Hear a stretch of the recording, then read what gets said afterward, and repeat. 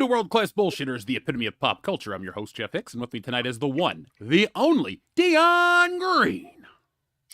Baby, boys and girls, children of all ages, if there's one thing or anything that you learned from me in the fourth quarter of 2024, it's go Lions! Aura. Dude, it feels good to finally have another win for the Bengals, but the Lions are kicking our ass in terms of wins, so congratulations to my second favorite team. I'm always pulling for them if it's not the Bengals. Well, listen, I'm pulling for listen. I will not give up on Joe Burrow and the Bengals. I think that listen, they got time. They won. Listen, and you know how excited I was. If it wasn't for the fact that it was Matt Stafford playing the Bengals, I'd have been rooting for the Bengals all that. Well, it's okay. There's still a chance for both of our teams to go the distance, so it's too early to even be concerned about that. But folks, tonight is a very special night here on WCBs. We've reached the magic number. Not one, not even 69. No, we've blown past all those milestones. Tonight, we're celebrating episode 420 of World Class Bullshitters by honoring our favorite stoner comedies and a whole lot more. So tonight's episode, folks, is titled A Salute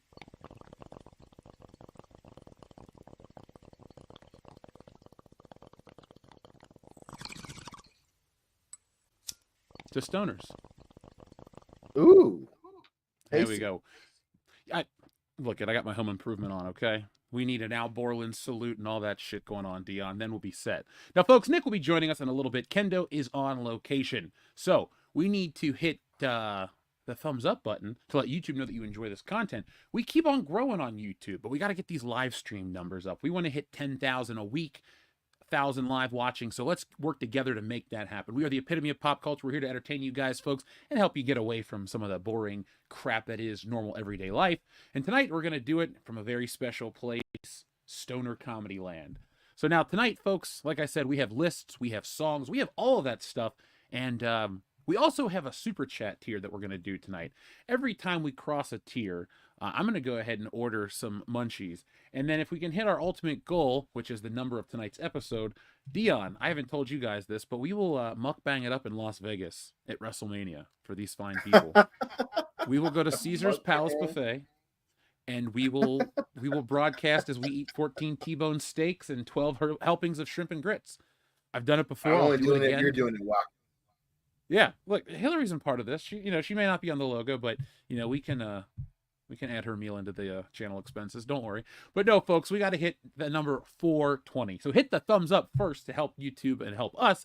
But when we hit that number, well, we'll be mukbanging it up in just a few short months. So guys, we have a word of the day. And yes, it's just for you right now, Dion. It's weird I'm not talking to multiple bullshitters. But Shrebbles08 brings us a word of the day, which ties into tonight's theme, stoner comedies. The word of the day is Funky Town. How Stella got her Funky Town back.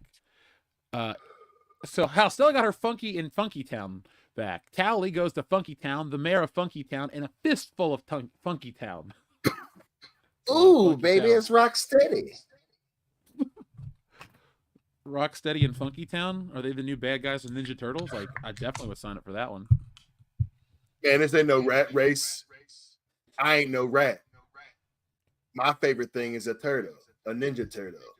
What's your favorite? Mine's Leonardo. Mine is too, because he's blue. So I like how Clone Geek is asking the question. It should be obvious.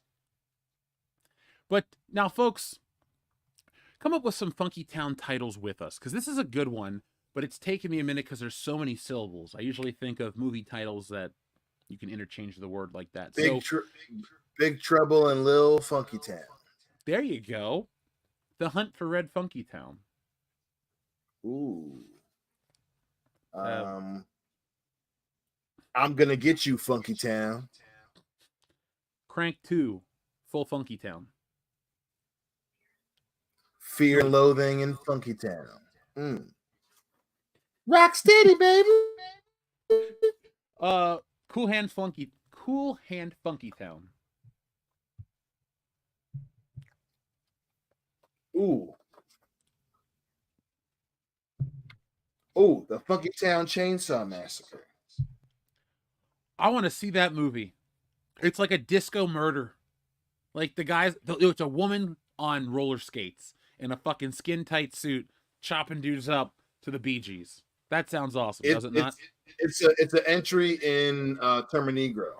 Terminegro in Funky Town and the Chainsaw Massacre. I kind of want to make that story the Funky Town Chainsaw Massacre. Let's I do can it, see man. Listen, when shit gets big, ooh, can you curse in the first 15 minutes? When stuff gets big, Funky Town Chainsaw Massacre. That's where Terminegro shows up. Yeah, to save the day. He's there to investigate the murders in Funky Town. Oh, he goes, "Hey man, my name's Barry. What you doing with that chainsaw, man?" I think Shrevelzoid is getting a lot for his Funky Town word tonight because he's getting whole premises pitched to him. You know, Shrevelzoid, you might be reading one of those comic books in the future based on Funky Town, so thank you. Let's see. Shrevelzoid also sends in another message tonight. It says, I'll take a stoner button and a horses for Dion. Well, we have some stoner buttons. They're in the archive. We have to pull those out right now. Oh, see, I did that early. Well, look it. I have some fun stoner buttons. Don't worry, not everyone's exists to troll you. Shit, yeah, we got to get paid. And on that note, we cue the music. Matt. Matt. Matt.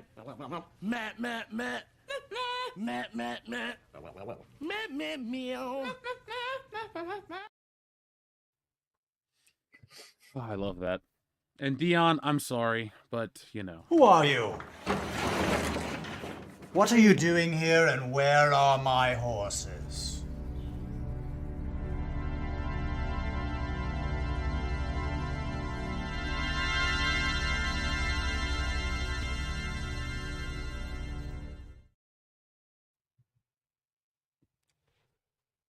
Riveting stuff, hey, Dion. Yeah, I wouldn't call it riveting. You know, speaking of what we're called, I saw that we were called dark comedy on Twitter today. Would you agree that that's our genre? I said it to my mom. She's like, "You're not dark comedy." I'm like, I didn't think we were, but I guess we. Kendo maybe. He's angry about everything. Listen, Hillary enjoys the live broadcast part because of the comedy, and she immediately made a what's his name from One Direction joke like last night. Oh, the worst one I saw was he went One Direction. Hillary, wow. There's like no limit. Everyone, there's no limit. Okay, the next day.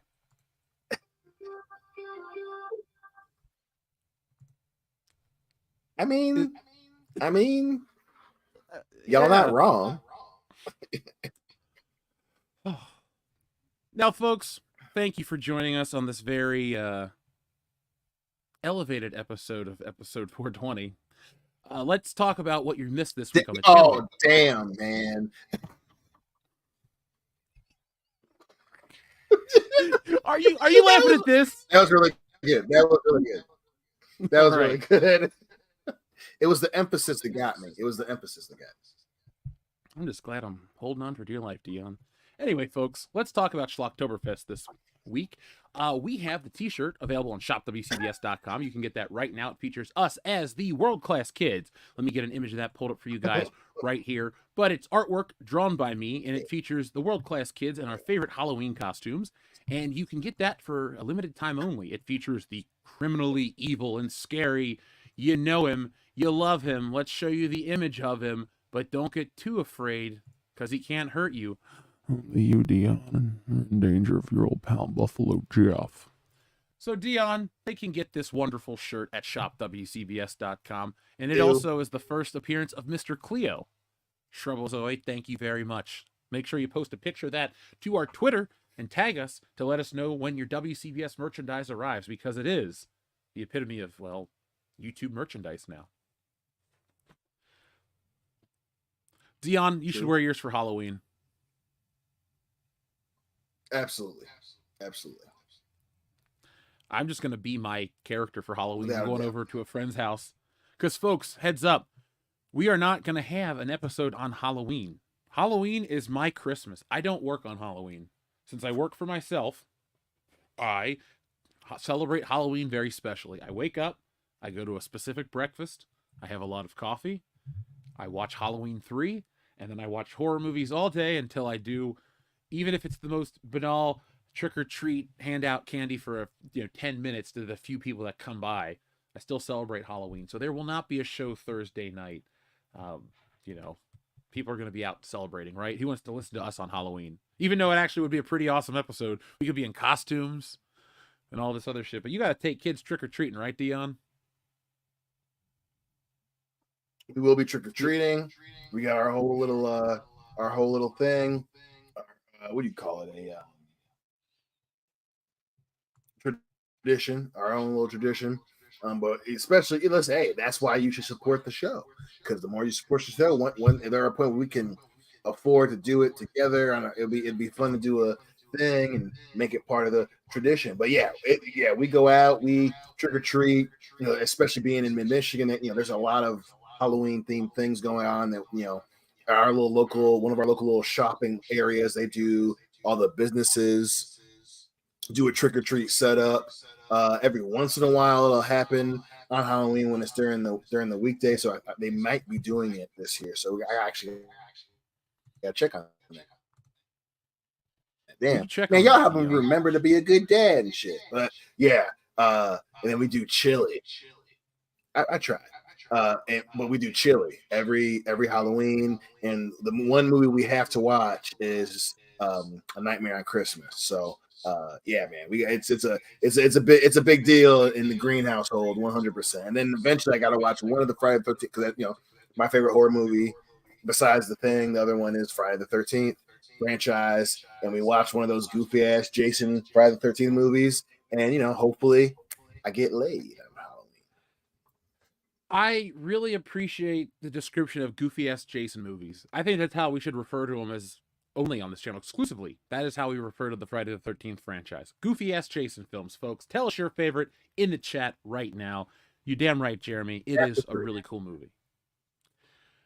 Give a quick shout out while Dion's taking a sip of beer to Jake Martin in the chat, who has Lupin the Third as his icon. Lupin the Third is my favorite anime character, so I'm always happy to see Lupin the Third represented anywhere.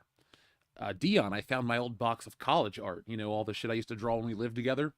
And I found some old Lupin the Third art and some of the old comic books Dustin and I created. So I won't be sharing any of those online because they're terrible. But I did find something, folks, that you might want to check out over on the WCBS Twitter, because I am actually, my artwork is featured on the Ryan Dunn Memorial for Jackass. When he passed away, MTV did a call for fan art. And so I did a little... you can see it on Twitter. It's a picture of Ryan Dunn and some of my favorite skits from the Jackass movies, and I put a picture of my release form because they sent me that because I got approved. So you can go find the special. It's like 13 years ago now, I think. Didn't Ryan Dunn pass away in 2011, around this time actually? Anyway, folks, check that out. It's Find right us before at WCBS on Twitter. Oh, Jake, you're speaking my language. I got Lupin the Third action figures up here on my shelf. I got Red Jacket, I got Blue Jacket, I got Green Jacket statues, I got the whole crew. I even got a Lupin the Third escape from prison statue. I don't know. It's a toy of a prison, and then a little Lupin figure with a spotlight, like the opening of the first anime. So there you go. If you collect stuff, let me know if you got any Lupin shit. I also found Dion. I went through my comic book collection recently, and I even found my old video game collection, and I found all my old PS2 stuff. So I went ahead and got some. Folks, I'm telling you this for a reason. This isn't just gossip hour with Jeff and Dion. Though how cool it is, it's a little more than that, because we keep telling you how we're building up the WCBS brand to go even bigger. And so each piece is integral. And I know you guys want streaming. Game streaming is a part of that. Now, I don't want to be boring and only stream the newest stuff all the time, but we will give you Call of Duty Black Ops when that drops in, next week. Whew. Okay, I got to get ready for that. My point is, and by ready, I mean I got to go play a bunch of Call of Duty so I don't suck when I start playing it on the stream. But what I want to get at, though, folks, is we're going to have access to stream some older classic games and a wider variety of things here on the channel. We're trying to make, when we do stuff, just more fun. The epitome of whatever. That's our branding, to be the best of whatever. So come back in a few weeks. We're going to have PS2, Wii, GameCube, PS3, PS4, Xbox, PC. Pretty much everything besides PlayStation 5 will be on our WCBs gaming channel coming to you very soon. But we will always keep the newest stuff out there. And I want to get a co-op game going, Dion, of the four of us on that Ninja Turtle game, Shredder's Revenge. I think the audience would love it. Yeah. Oh, dude. 100%. All right, now, folks, join us as we start our first of the countdown for the Stoner list.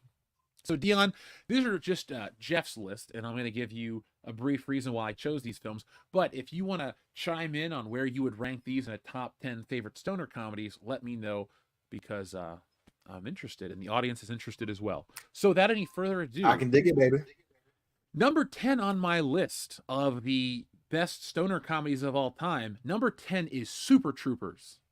How do you feel about that, Dion? Number 10 on my list. I like it at number 10. I would not have an issue with having it higher on my top 10 list, but dude, yeah, without a doubt, Super Troopers is on it. I love Super Troopers. It's not my favorite Broken Lizard film. Beer Fest is, but that's not a stoner comedy. It's a beer comedy, but that's a topic for another time. But Super Troopers, I saw that when it was just on video. So that would have been like the summer of 02, 01? I can't remember. It's a very vague window of time. But I remember seeing that and was hooked. I thought it was the funniest thing I had ever seen. Like a lot of, young kids. But I didn't really watch it as much as it sounds like I watched it. I watched it in the initial, push. I think I even had it on videotape at some point. But I never got it on DVD and I never watched it. I don't think I've sat through Super Troopers in over 20 years. But I remember loving it so much that it made it to the spot on my list. Yeah, I know. I've seen Beer Fest countless times. You've never watched it together? Nope. Diane and I watch together at least once a year. I absolutely love that movie. I mean, now I understand it being in number 10. I mean, I was very, we did it for the channel. We talked about it for the channel, and I was very excited for 2. 2 was, excuse me, a 20 late 2010s, early 2020s vision of what Super Troopers was. I still enjoyed it. My sister and I quote Super Troopers to each other this day. Hillary still does the meow thing. It's a big deal for my aura. I absolutely, it is absolutely my favorite Broken Lizard comedy, and they're in that upper echelon.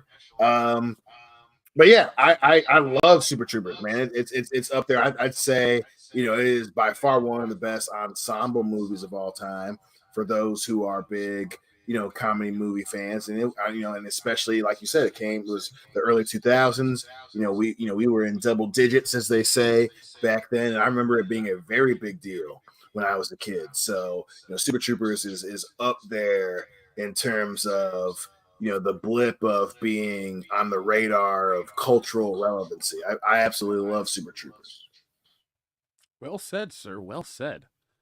Now, folks, I wonder what Dion's going to say about number 9 on my list. Now, I'm breaking it down. I'm going to read you 4, then 3, and then we'll do the final 3 at the end.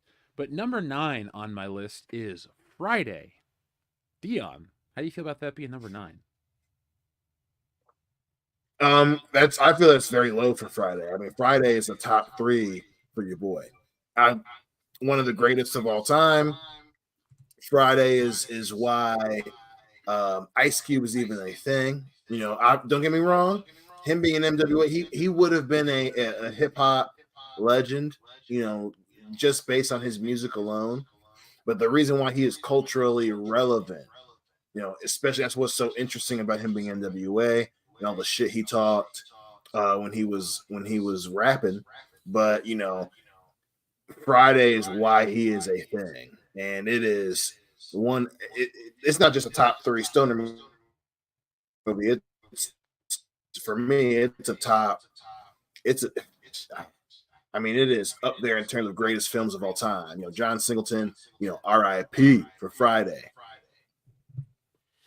Well, I'm pretty sure Friday was directed by F. Gary Gray. F. Gray. Thank you. Excuse me. He's still alive though, so that's good. Yeah. I was like, and the only reason I know that Baby Boy is John Singleton. My bad. only reason I know that is because I've watched Dumb and Dumber on tape literally hundreds of times as a kid, and I would always watch the credits.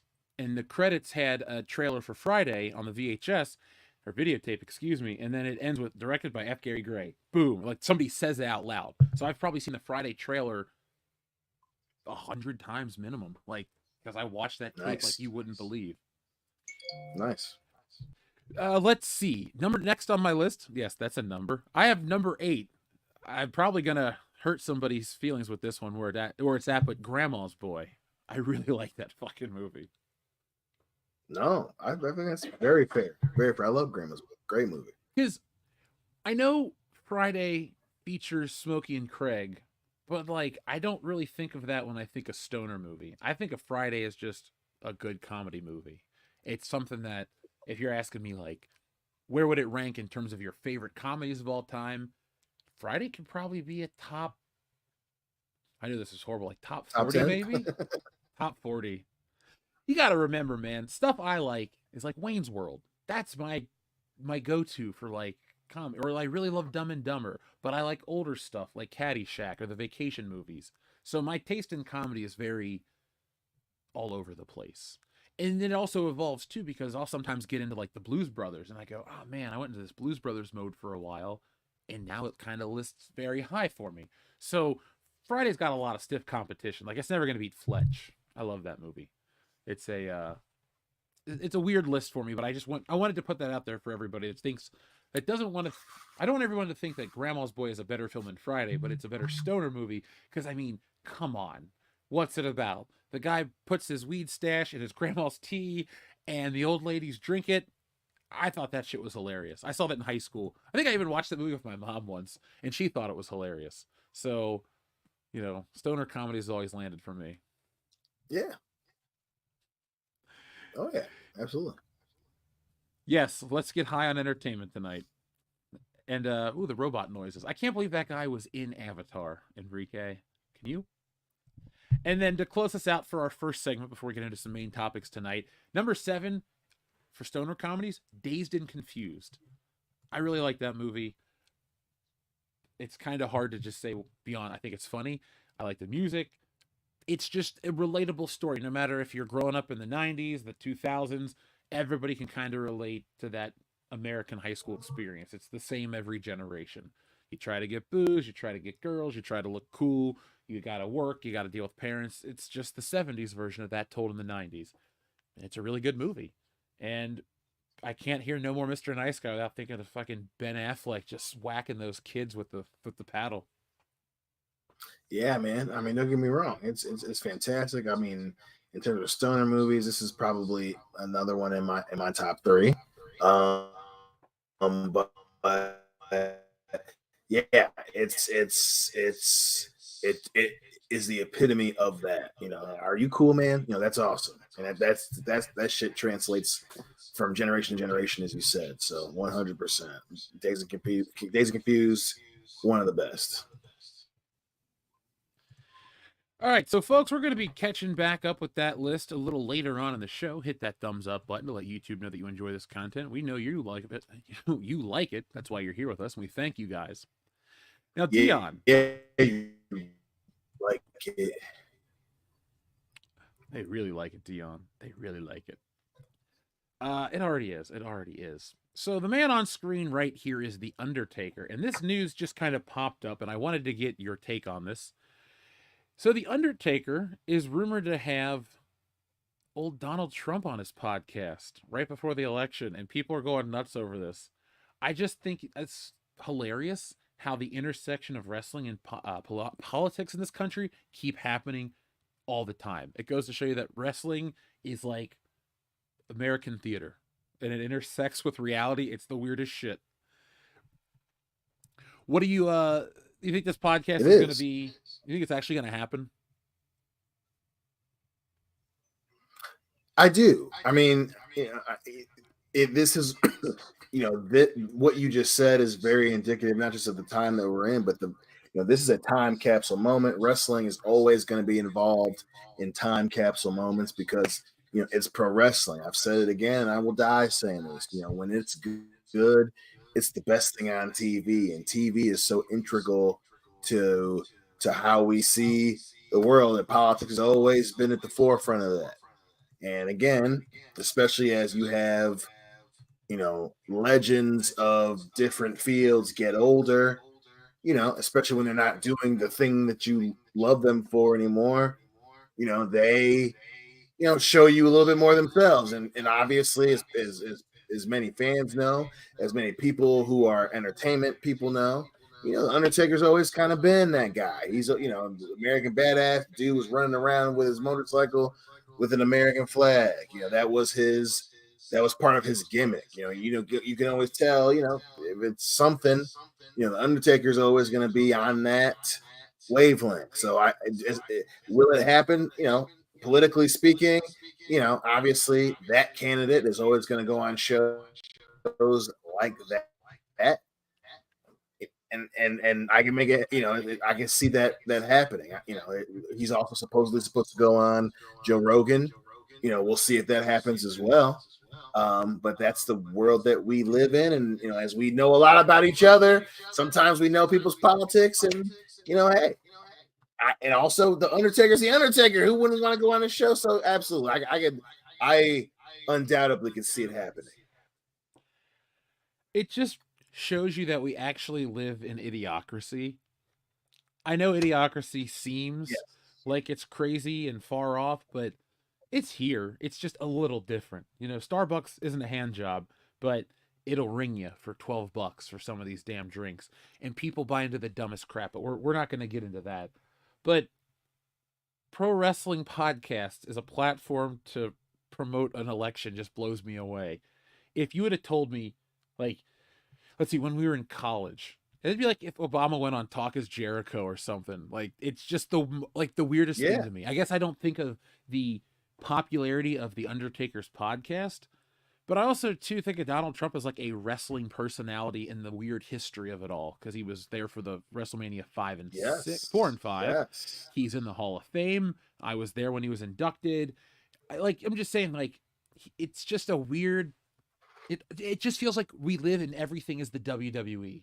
Like Vince McMahon's laughing somewhere maniacally, like he's like, I built this, and this is what's happening now. It's such good shit. Yeah, man. I mean, from an objective entertainment standpoint, Donald Trump's always been somewhere involved, and part of it was because wrestling was a big deal, and he was a part of wrestling in a big way, and that was one reason why people were so familiar with him. And it's very interesting how that has become now part of our real life political lives.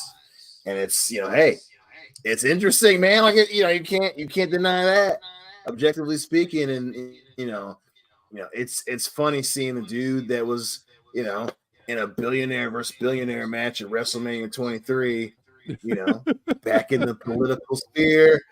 And he's on the Undertaker's podcast. The dude that was the American badass. This is a very interesting segue into idiocracy, man. And everyone involved loves it. It's just hey, it's a what hey, wait, welcome to the future, kid. Yeah, it's a great time to be alive, Dion. I for one will be gleaning that episode for the great takes or the great clips we're going to hear from it. It's going to be hilarious, dude. Like I can't wait to listen to it. Yeah, it's gonna be nuts, and I can imagine what Mark Calloway asks Donald Trump, not what the Undertaker asks Donald Trump. So it'll be You very said you interesting. would not raise taxes, but you lie. That's what the Undertaker would say to him. Dude, he'd say, "Buckle up, Trumpy." You know what? I can't take that scene seriously because every time I hear him go "Buckle up, Teddy," I think of "Holy Smokes, Crash Landing" from Temple of Doom, and I expect Short Round to just drive off instead. Yep. Absolutely. Yes. Yeah, seriously. Raise the dead, not taxes. Undertaker, a character I never really liked back in the day, but now I like in hindsight. Yeah, I mean, I feel I've always felt consistent about it. I always liked the character. No matter what he was doing at the time, like I always enjoyed the Undertaker. Like it always made sense that he was involved up until and don't get me wrong, he's not my favorite, but he has definitely been entertaining, and he's been involved in some real shit. And yeah, I'm not surprised that he's still popular now, and especially now in the era of having the Michael Jordan esque character of every sport. I'm not surprised that he is the Michael Jordan right now of pro wrestling. So it's very interesting, and hey, and because of that, I'm definitely I'll be listening to that shit too. See, I put Undertaker in a weird spot where I acknowledge his importance, but he was never the face of the most popular era of anything. He was just like a mainstay or a huge focal point or a world champion with an otherwise all equally stacked roster. It's like if we look at Undertaker's title reigns, he beat Hulk Hogan and then lost it right away. And then he didn't win the belt again until 1997. And yeah, that closed out WrestleMania, but we don't ever talk about that match as a classic. And his title reign lasted till what? The SummerSlam? And it was just kind of like a whatever, he was Yeah. just like a big deal. He was never the guy. He was never the Hogan, the Austin, the Rock, the John Cena. But it's his impact is so great. But I would put him on like a Mount Rushmore of eras, but never like a Mount Rushmore of all of wrestling. Because I think the Undertaker commands such a respect with like his persona and the way he carries himself that people hold him up on this pedestal, which is great. His performances were great, his character work, like he is a great pro wrestler all around, but he's not like Shawn Michaels or he's not The Rock or Stone Cold or he's not one of these crossover guys. He's like he rules that area, but he's not a crossover star like other people, or he didn't have a bigger cultural impact like other people did. So let's see. Yeah, I think that's very fair. I can see that. For people who enjoy the different facets of the general popular culture, right? I- you know, the Undertaker is the perfect example of someone who, no, no matter what era or what regular people consume, they can always see, like, if you were to say that dude was like, he's proof of what always being the number 4 or 5 guy is. Every sport has a guy that they're never the guy, but they're always like, yo, he was. You could always say like that dude was one of the greats, and everyone would be like, yeah, like that's the Undertaker, and it's whether whether you view it as the character, the person, whatever, whether it be just to the WWE or to professional wrestling in general, like he's always one of those guys where he's like, hey, if you were to tell someone like that dude was ranked 4 or 5 his entire career, people would be like, yeah, I get why people like him.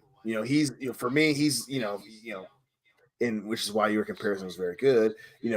I always in professional wrestling always he's the same type of guy as like a Dusty Rhodes or a Mr. There you Perfect. go. Like, yeah, that dude won, even though Mr. Perfect didn't win the WWE championship. Those are guys that like they might win one or two, in the old school and you like them, or in the new in the new era of every sport. Like, there's always a guy that that he may not have won. He may have only won a single championship. Like I can see the Undertaker in the same conversation as an Aaron Rodgers, or a Peyton Manning. They were never, Peyton Manning was never Tom Brady, but you knew that Peyton Manning was Peyton Manning in the NFL. And that was always the Undertaker to me. He was never Stone Cold. He was never The Rock, but he was the Undertaker. He was for people who love MMA, he was never Brock Lesnar, but he was Randy Couture. He was never GSP. He was never John Jones, but he was Daniel Cormier. He won 1 or 2, and he was damn good. And I always felt that way about the Undertaker. So him being popular now, especially in this new era of consuming, pro wrestling. Everyone's, your opinion of the era or not. He's always that guy. For us now, reality era, all this shit.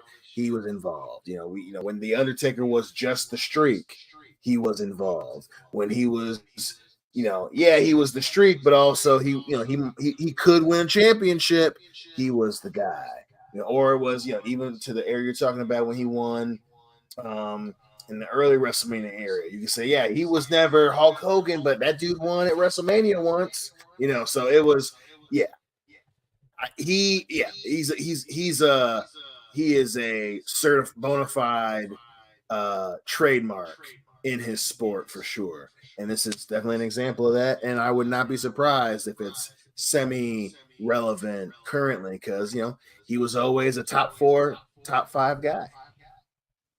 I just love that he finally breaks character and becomes the #1 sports podcast. It's just like there's no in between. It's like Undertaker opens the floodgates. He is now #1 according to his website. He's the #1 sports podcast. So it'd be funny. I will listen to that episode of The Undertaker and I'll report back, folks. I just thought that was quite interesting. Now, we have another little piece of drama and outrage to poke fun at. Got outraged? Call Wokebusters. Of course, you know how that works. But, folks, I'm going to read you a quote. Dion, I'm going to read it to you, actually. And then I'm going to share an image. So, let me read you this quote right here, folks. And then we'll begin. Thank you for loading. So, let me pull up an image to give you that, to set the stage. So, everyone on the internet loves to talk about movie controversy. Every day, thousands of people click on thousands of videos to talk about the newest controversy. Well, today's controversy is quite silly. And, well, we'll let you decide that at the end of this. But let's pull up an image. And Dion, I want to hear if you agree with with this whole situation. So, the actress in the film playing the Wicked Witch of the West is Cynthia Erivo. And so she is quoted as saying in regards to this Wicked controversy, "This is the wildest, most offensive thing I have seen. None of this is funny. None of this is cute. It degrades us. It degrades me." So this woman is outraged about an offensive reimagining of the poster to this film. Now, Dion, don't click on our Facebook group. I want to get your natural reaction on the show. But I want you to see what the change was, because I don't know how to describe it. It's so silly. So, while I'm looking for this image, here it is. Let me pull it up for you. This is it, Dion. These cries of derision, these cries of being offended and all this come from a change, and this is quoted from a lady in the Hollywood Reporter over this. There we go. Pull this up. Unprofessional. It's also episode 420. People understand. There we go. So this is it.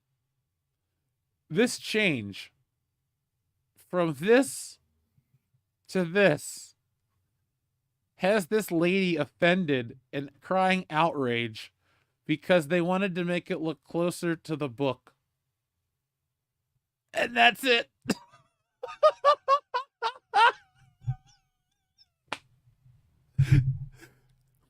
Can't you feel the racism, Dion?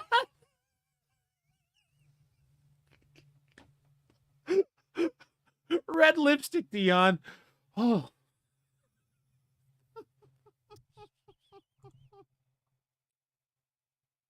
Wait, so is the one with the red lipstick the fan in it? yeah. Oh, okay. Yeah, I mean, it's yeah, I can say that I don't see why she's so upset. I'll say that. I don't get what is her argument that the fan edit one is. Yeah, I don't get that one. It hides her face. She feels like she's a star and needs to be seen.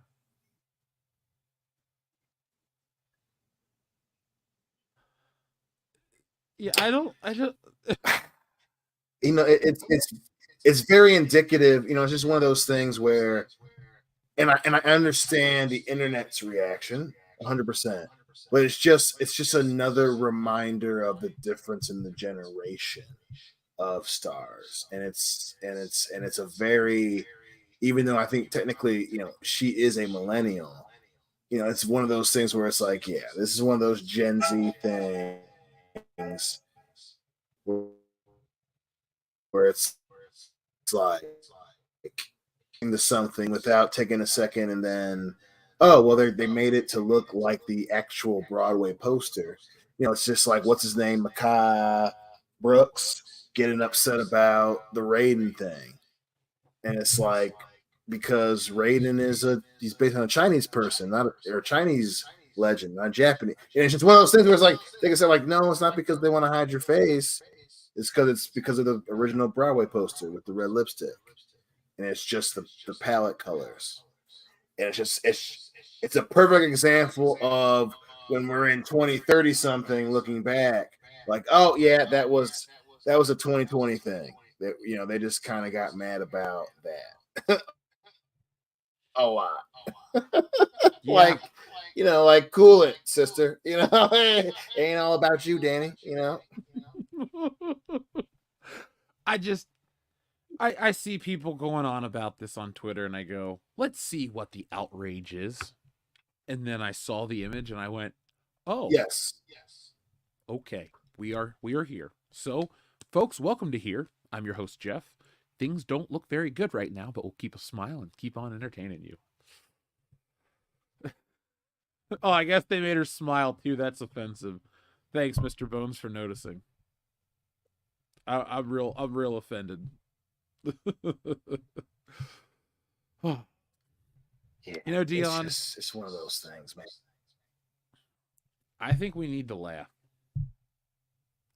Let's check up. Absolutely. Let's check in with my list of the top 10 stoner comedies. You ready for the next three? Ooh, hit me. Coming in at number 6, a little film from 1998, Half Baked, starring Dave Chappelle, Jim Brewer, Harlan Williams, Tommy Chong, and I'm just making this up as I go because all I have written down is Half Baked. So Half Baked is this wonderful film about 4 Bob stoners Saget. and say what?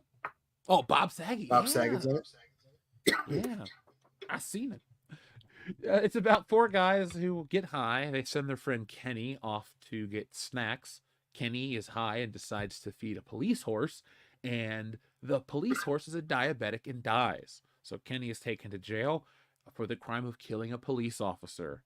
And the guys have 30 days to get Kenny's bail money so he doesn't get his virgin butthole poked in prison. That is literally the line from the movie. Yep. So that is the premise of Half Baked. It's wonderful. It's stupid. It's quotable, and it is the Oh, and Snoop Dogg's in it too. It is the definition of a stoner movie, and it it doesn't get talked about enough. But everybody knows the clip of the movie. You know, we have it here too. There we go. Abba Zabba, you my only friend.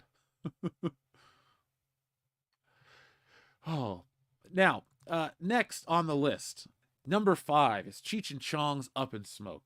Now, you can't have a top 10 stoner list without Cheech and Chong, They're the godfathers of all of this shit. And they're wonderful. Now, I think most of their movies outside of the Corsican brothers are pretty solid, but Up in Smoke is the best one. You got Stacy Keach as Sergeant Stadenko on the hunt for these guys who are smuggling in a van made of weed as they're trying to become rock stars. It's really crazy. It's really out there, and it's really funny. And if you haven't seen it, go watch it.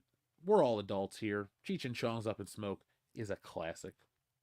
What about you, Dion? What do you say about this? I mean, for me, it is probably absolutely. You can make the argument that this is easily a top three. So my top three might be filled, but Up in Smoke is, dude. I mean, it is the every era having its precipice of that generation's thing. At that time, in terms of stoner movies, even when we were in college, people were saying, like, yeah, man, have you ever seen, you know who Cheech and Chong are? Like, yeah, man, I was a fan of him when he was in Nash Bridges, but, I'm saying, yeah, him and Cheech and Chong, my parents thought those dudes were funny. And my parents were old, and that's a, they were popular in that actual time period. So, but in terms of stoner movies, yeah, I mean, it's just based on that alone, it's easily a top three, baby. Hey man. I saw it way too young. I was at a family member's house, and they just had it on tape, and we watched it. I was probably not even 10, so I saw it way too young. But Yeah, I mean, it stuck with me. I've seen it many times over the years, but it's not something I watch all the time. yeah, for sure. I can see that. For me, it was a movie that my parents really liked.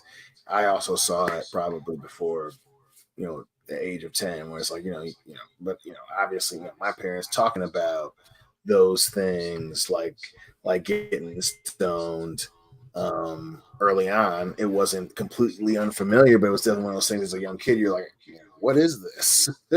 And then seeing it a couple times as you're older, you're like, that is a funny movie. And obviously it becoming popular when you and I were in college at that time, for me, I had already seen it, so but even then it wasn't when I watch often, same as you. I didn't watch it often, but I'd watch it. I might watch it, once every year and a half or so. I'll sit and watch it, and every time I'm like, this shit is funny. It is definitely up there in general. But yeah, as far as a stoner movie, it's always one of the first ones I think of. Yeah, it's a classic, man, and that's why I love it. Now, the next one might be a little controversial. I like this movie for weird reasons, but I mean, these guys have to be high. Tenacious D and the Pick of Destiny. I love that movie so much. Oh yeah, It's so yep, dumb. yep. So this is four. Yeah. Oh yeah, I can see it here. Yeah, it's guys. This is probably the right area for this one. It's this was one of the ones where it was we were double digits. You know what I'm saying? So yeah, oh yeah, it's Pick of Destiny 100%. I saw somebody in the chat a moment ago. They're like, "Are you too young for Cheech and Chong?" I'm like, "Why would Cheech and Chong be on the top half of this list?" I couldn't give you all Cheech and Chong because the second one with Pee Wee Herman's pretty funny too. But let's keep on moving. We have more stuff to talk about. It looks like, Dion, the Gina Carano lawsuit is continuing to move forward. Have you seen this blowing up social media today? I didn't see it blowing up today. What was the word? So earlier, Gina Carano had posted about, let me look up the exact tweet because I don't want to misquote her. But long story short, the lawsuit's moving forward. So this is like a generalized update from Twitter. So it says Gina Carano's lawsuit against Disney for wrongful termination and discrimination will proceed to trial set for September 29th, 2025. The case stems from her dismissal from The Mandalorian following controversial social media posts. Disney's attempt to get an immediate appeal review of the decision to keep the lawsuit alive was denied by Judge Sherilyn Peace Garnett. This means Disney cannot delay the discovery process while appealing to the Ninth Circuit Court of Appeals. The discovery phase, with the judge's ruling, the discovery phase can now move forward, allowing Carano's legal team to gather potentially revealing internal communications from Disney regarding her firing. And folks, for all those updates, follow WCBS.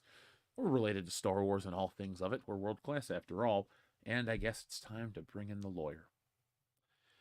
Carano expressed her relief and determination to proceed with the judicial process on X, highlighting her readiness to continue the legal battle despite the discomfort it brings. Again, this is all provided by Twitter. This is not me. Support for Carano, Elon Musk has financially backed Carano's lawsuit, which adds an interesting dimension to the case given his influence of the platform's role in public discourse. And it says this case is becoming the focal point for discussion on free speech versus corporate rights, the limits of acceptable public statements by employees, especially in the entertainment industry, and potential double standards, and how male versus female actors are treated regarding their public comments. So that is all. That's the whole story. There you go, folks. I know a lot of people in our sphere have been championing Gina Carano on the whole time. They're like, they get one Star Wars character they like, Cara Dune, one of these strong, independent women, as people say they wanted back in the day. And then this all happened. So it's going to be interesting. You might see some inner workings of Star Wars, folks.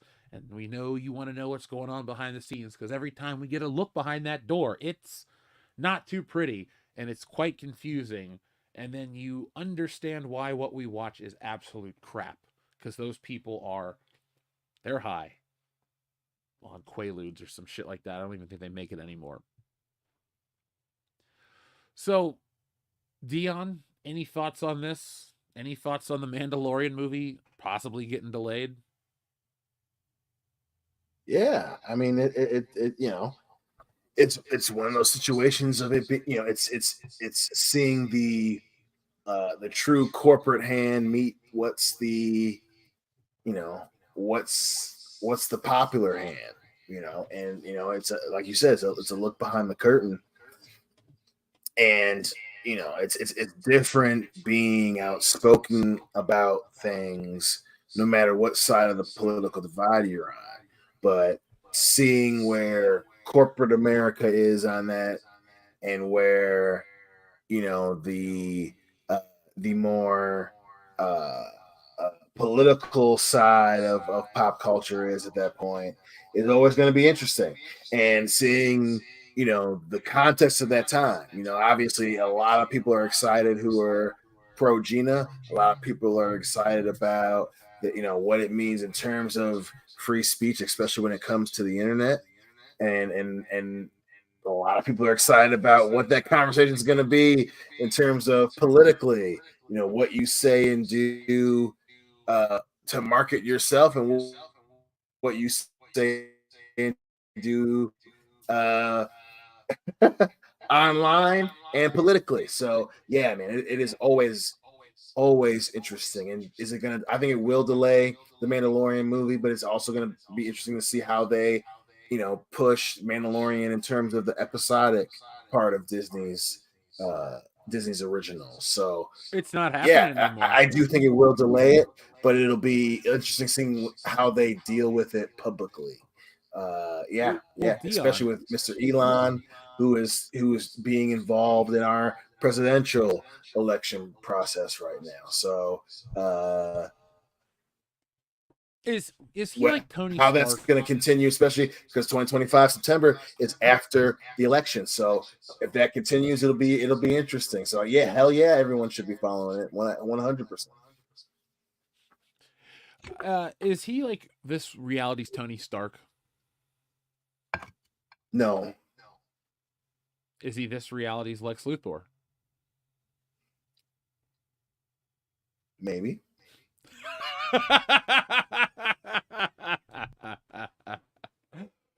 Oh, well, folks, join us for more next time. But we have more to talk about, actually. All I wanted to tell you, though, Dion, is The Mandalorian is not going to be a TV show anymore. It's going to be a movie, and then that's it. Maybe. So they no, they said that straight up.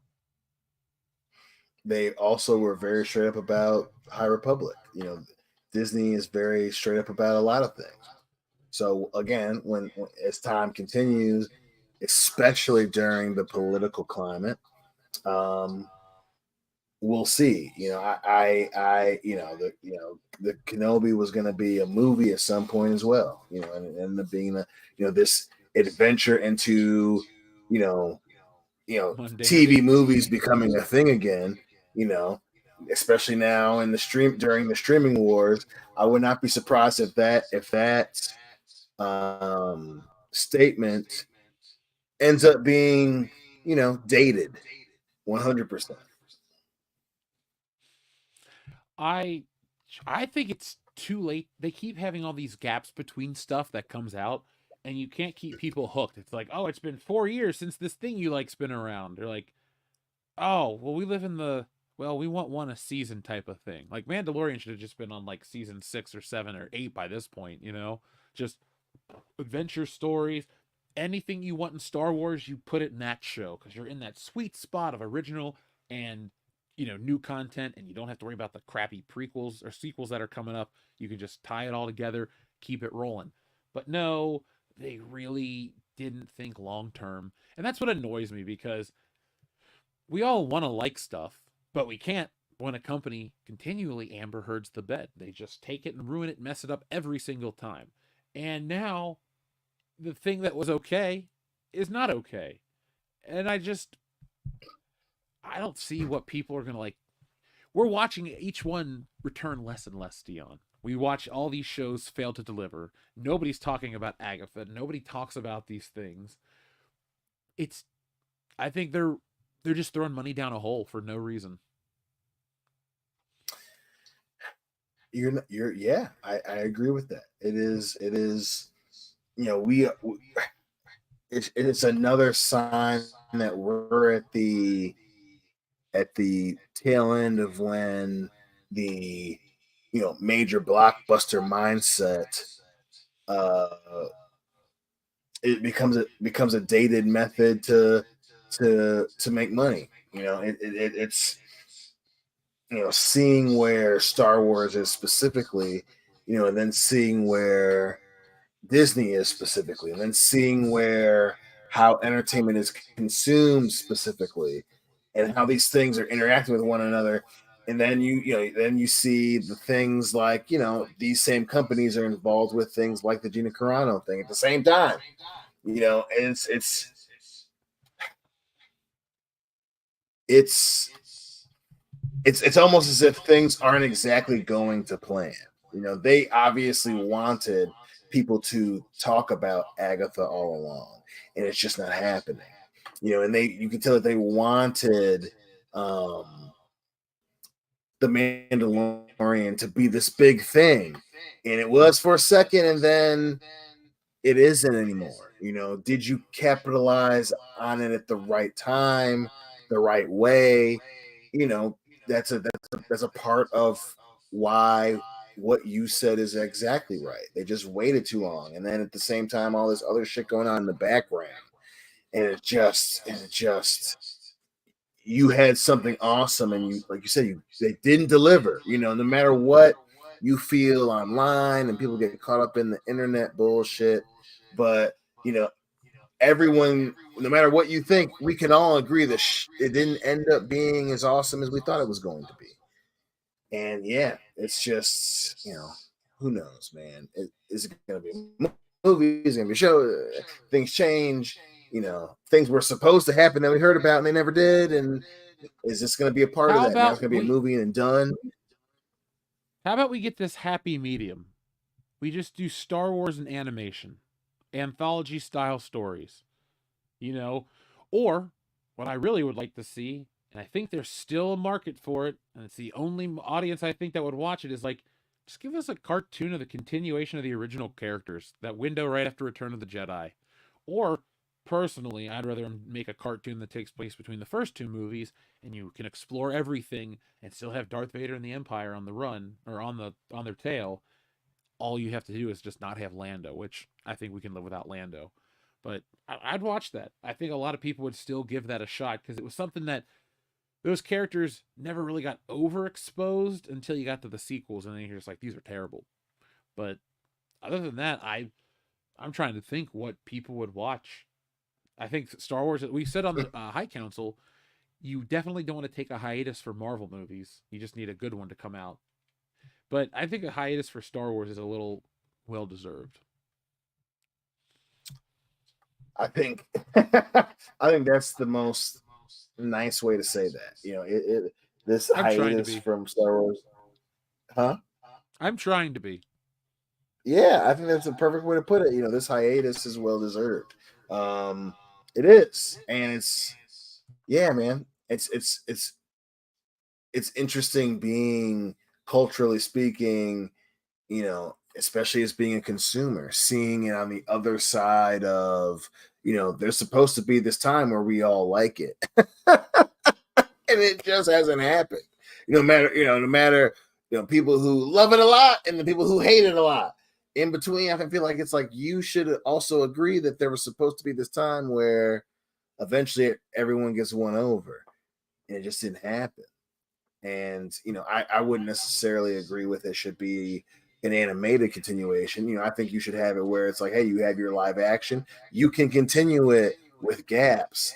You just have to make it good and make sense. And then you have your big ones or the films, and your fill-ins, your in-betweens, your animated films, your episodic shows are characters that are also interesting, but they're not part of the Super Bowl. They're the stuff that I can watch episodically, and it's good. And then the games that you make, they may be in the same universe with interesting characters. They don't always have to be the same storytelling way, and it work. And it's make shit that we all like, that we want to go to the movies to. Make shit that we all like, that we want to watch, on streaming.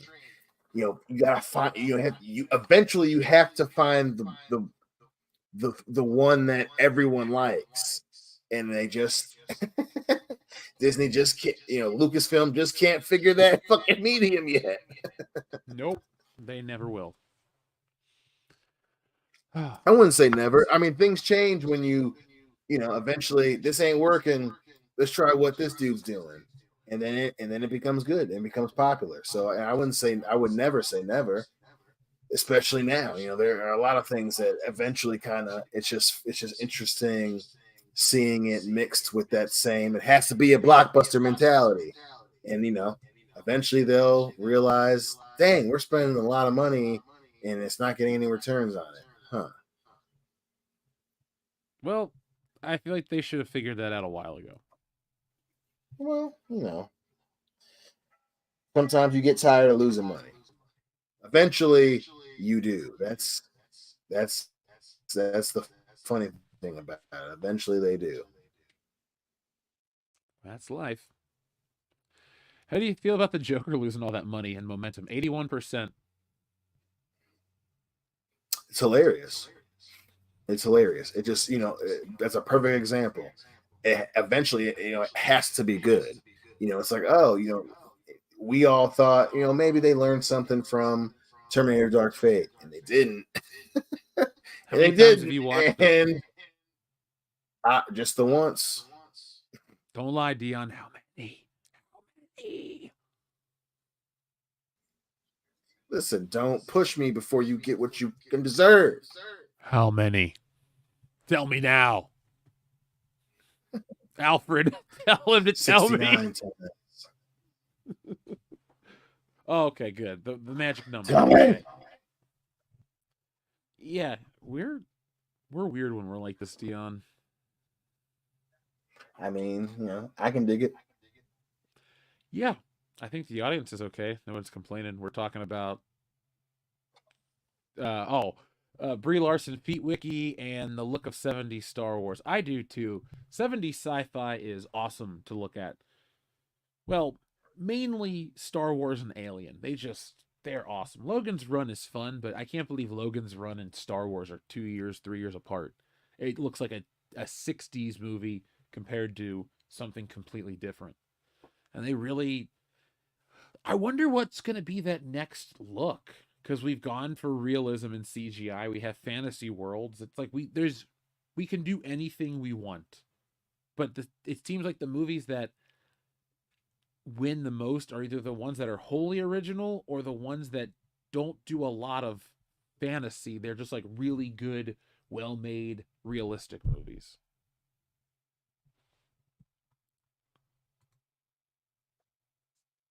And that's all I got to say about that. I mean, yeah. I mean, that's a good way to put it. It really is a good way to put it. That being said, I mean, it's always fun watching the visual representation of a specific thing in that time period. The 70s vision of the future is just is very funny. I mean, even don't get me wrong. I love Star Wars and Logan's Run, but that's the end of the 70s going into the 80s, as opposed to like the early 70s sci-fi vision. It's seeing that change in that specific time period, in how certain things became culturally relevant for a long time and certain things didn't. And it's very interesting. It's very interesting visually as an entertainment fan. So yeah, I mean, that's a very fair assessment of it. Oh, thank you. Oh, Clone Geek, I'd love to see some EC style weird science comic book movies. I would love to work on some of those. It'd be a lot of fun. Oh, now, yeah. Dion, we have a few more stoner related topics before we close out tonight's show. We could talk about some stoner songs or famous stoners. What would you like to talk about? Ooh, famous stoners. Okay, you want to talk about famous stoners. So here's a list of some of the most famous stoners. Obviously, we have Snoop Dogg. No surprise. Yep. Willie Nelson. Cheech and Chong. Yeah. Of course. Here's one a lot of people don't like. Seth Rogen. I mean, it fits though. It's like, he's just a little bit more annoying. I used to like Seth Rogen like 15 years ago.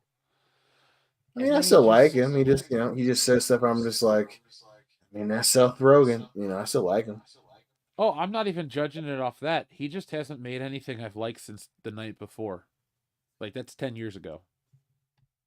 I mean, yeah, that happens. So I'm just saying, that's where, like, my interest in Seth Rogen waned. I'm like, oh, he just makes movies I don't like anymore. So I just I'll go back and watch Zack and Miri, no problem. 40-Year-Old Virgin is funny, but he's barely in that one. But, like, Knocked Up, that movie kind of sucks and always has sucked. I don't know why people like it so much. It gets real serious, and I just, ugh. Oh, yeah. Right, yeah. It's just, it wasn't what was advertised. No. Yeah. I was expecting fun comedy, not a preaching lesson about growing up. Yeah, it's just interesting seeing, again, his transition from, things like, Knocked Up and Superbad and all those things up until, I'm supposed to say these grown up things now, and it don't always work, But I love the interview. I still loved Neighbors. I still loved that grown up era of Seth Rogen. So he shit. That's even though the Neighbors is that's over 10 years ago for sure. But I still love his little hand in The Boys, Diabolical. That stuff was all good. He's in obviously Invincible. I like him in that. He's sprinkled in some shit that I like. So it's like hey, he ain't what he used to be. He didn't have it forever. He was a contender at one point. He was a contender. He was, indeed. That's the best way to describe it. Seth Rogen was. Ditto73, Thank you very much. I'd like to see the Yuuzhan Vong War covered in a series, but I have no faith that Disney would do it right. Well, it's good to keep your expectations low from Disney Star Wars, because they're never going to deliver. But we are about to deliver right now. One, Bombay Bad Boy, Big Red Nick Utown. Hello. What is up? Nothing much. Am I coming clear, or is my sound fucking up? You sound great. Okay, You were quiet, and then bam, you back in it, baby. there we go. But Yeah, yeah. I'm in a strange hotel room in Lexington, Kentucky right now. ooh, you're Ooh, like an hour what's her name? away. Ooh, spooky. Listen. If there wasn't her, Dion, I wouldn't be here right now. Let's be honest. or yeah, you would be. You dirty bitch. Oh well. I'm You've here, just been so. referred to as the superhero of Appalachia. God. I mean, if I could save Asheville right now, I would. But they're in a real bad way. What's in Asheville? Oh, the hurricane came through and like wiped out that town basically. Oh, okay. That's not where the Myers house is it? No, that's in. I think it's in Durham. Oh, okay. Yeah, they weren't touched. They were fine. But to Ditto 73 super chat point, I would like to see a war-based Star Wars show. Just a lot of action. I know it's going to be pricey. Just make it as a movie, or just make these as movies. I don't think the streaming idea works. Streaming has kind of been the death knell for entertainment, as opposed to this game changer that was going to revolutionize it. It did, but it cost way too much money and did not return any money. And now people are conditioned to get free shit or cheap shit, and basically the companies kind of defeated themselves. Yeah, it hasn't been good. Even like when I told you the stuff I learned from my producer friend, he's having a hard time finding work here in Atlanta, in Atlanta. And apparently he's working with a Chinese company making like vertical phone videos that are like 60 episodes long for the whole season of the show. So like that's becoming a thing now. It's so weird. The weird. whole landscape is changing.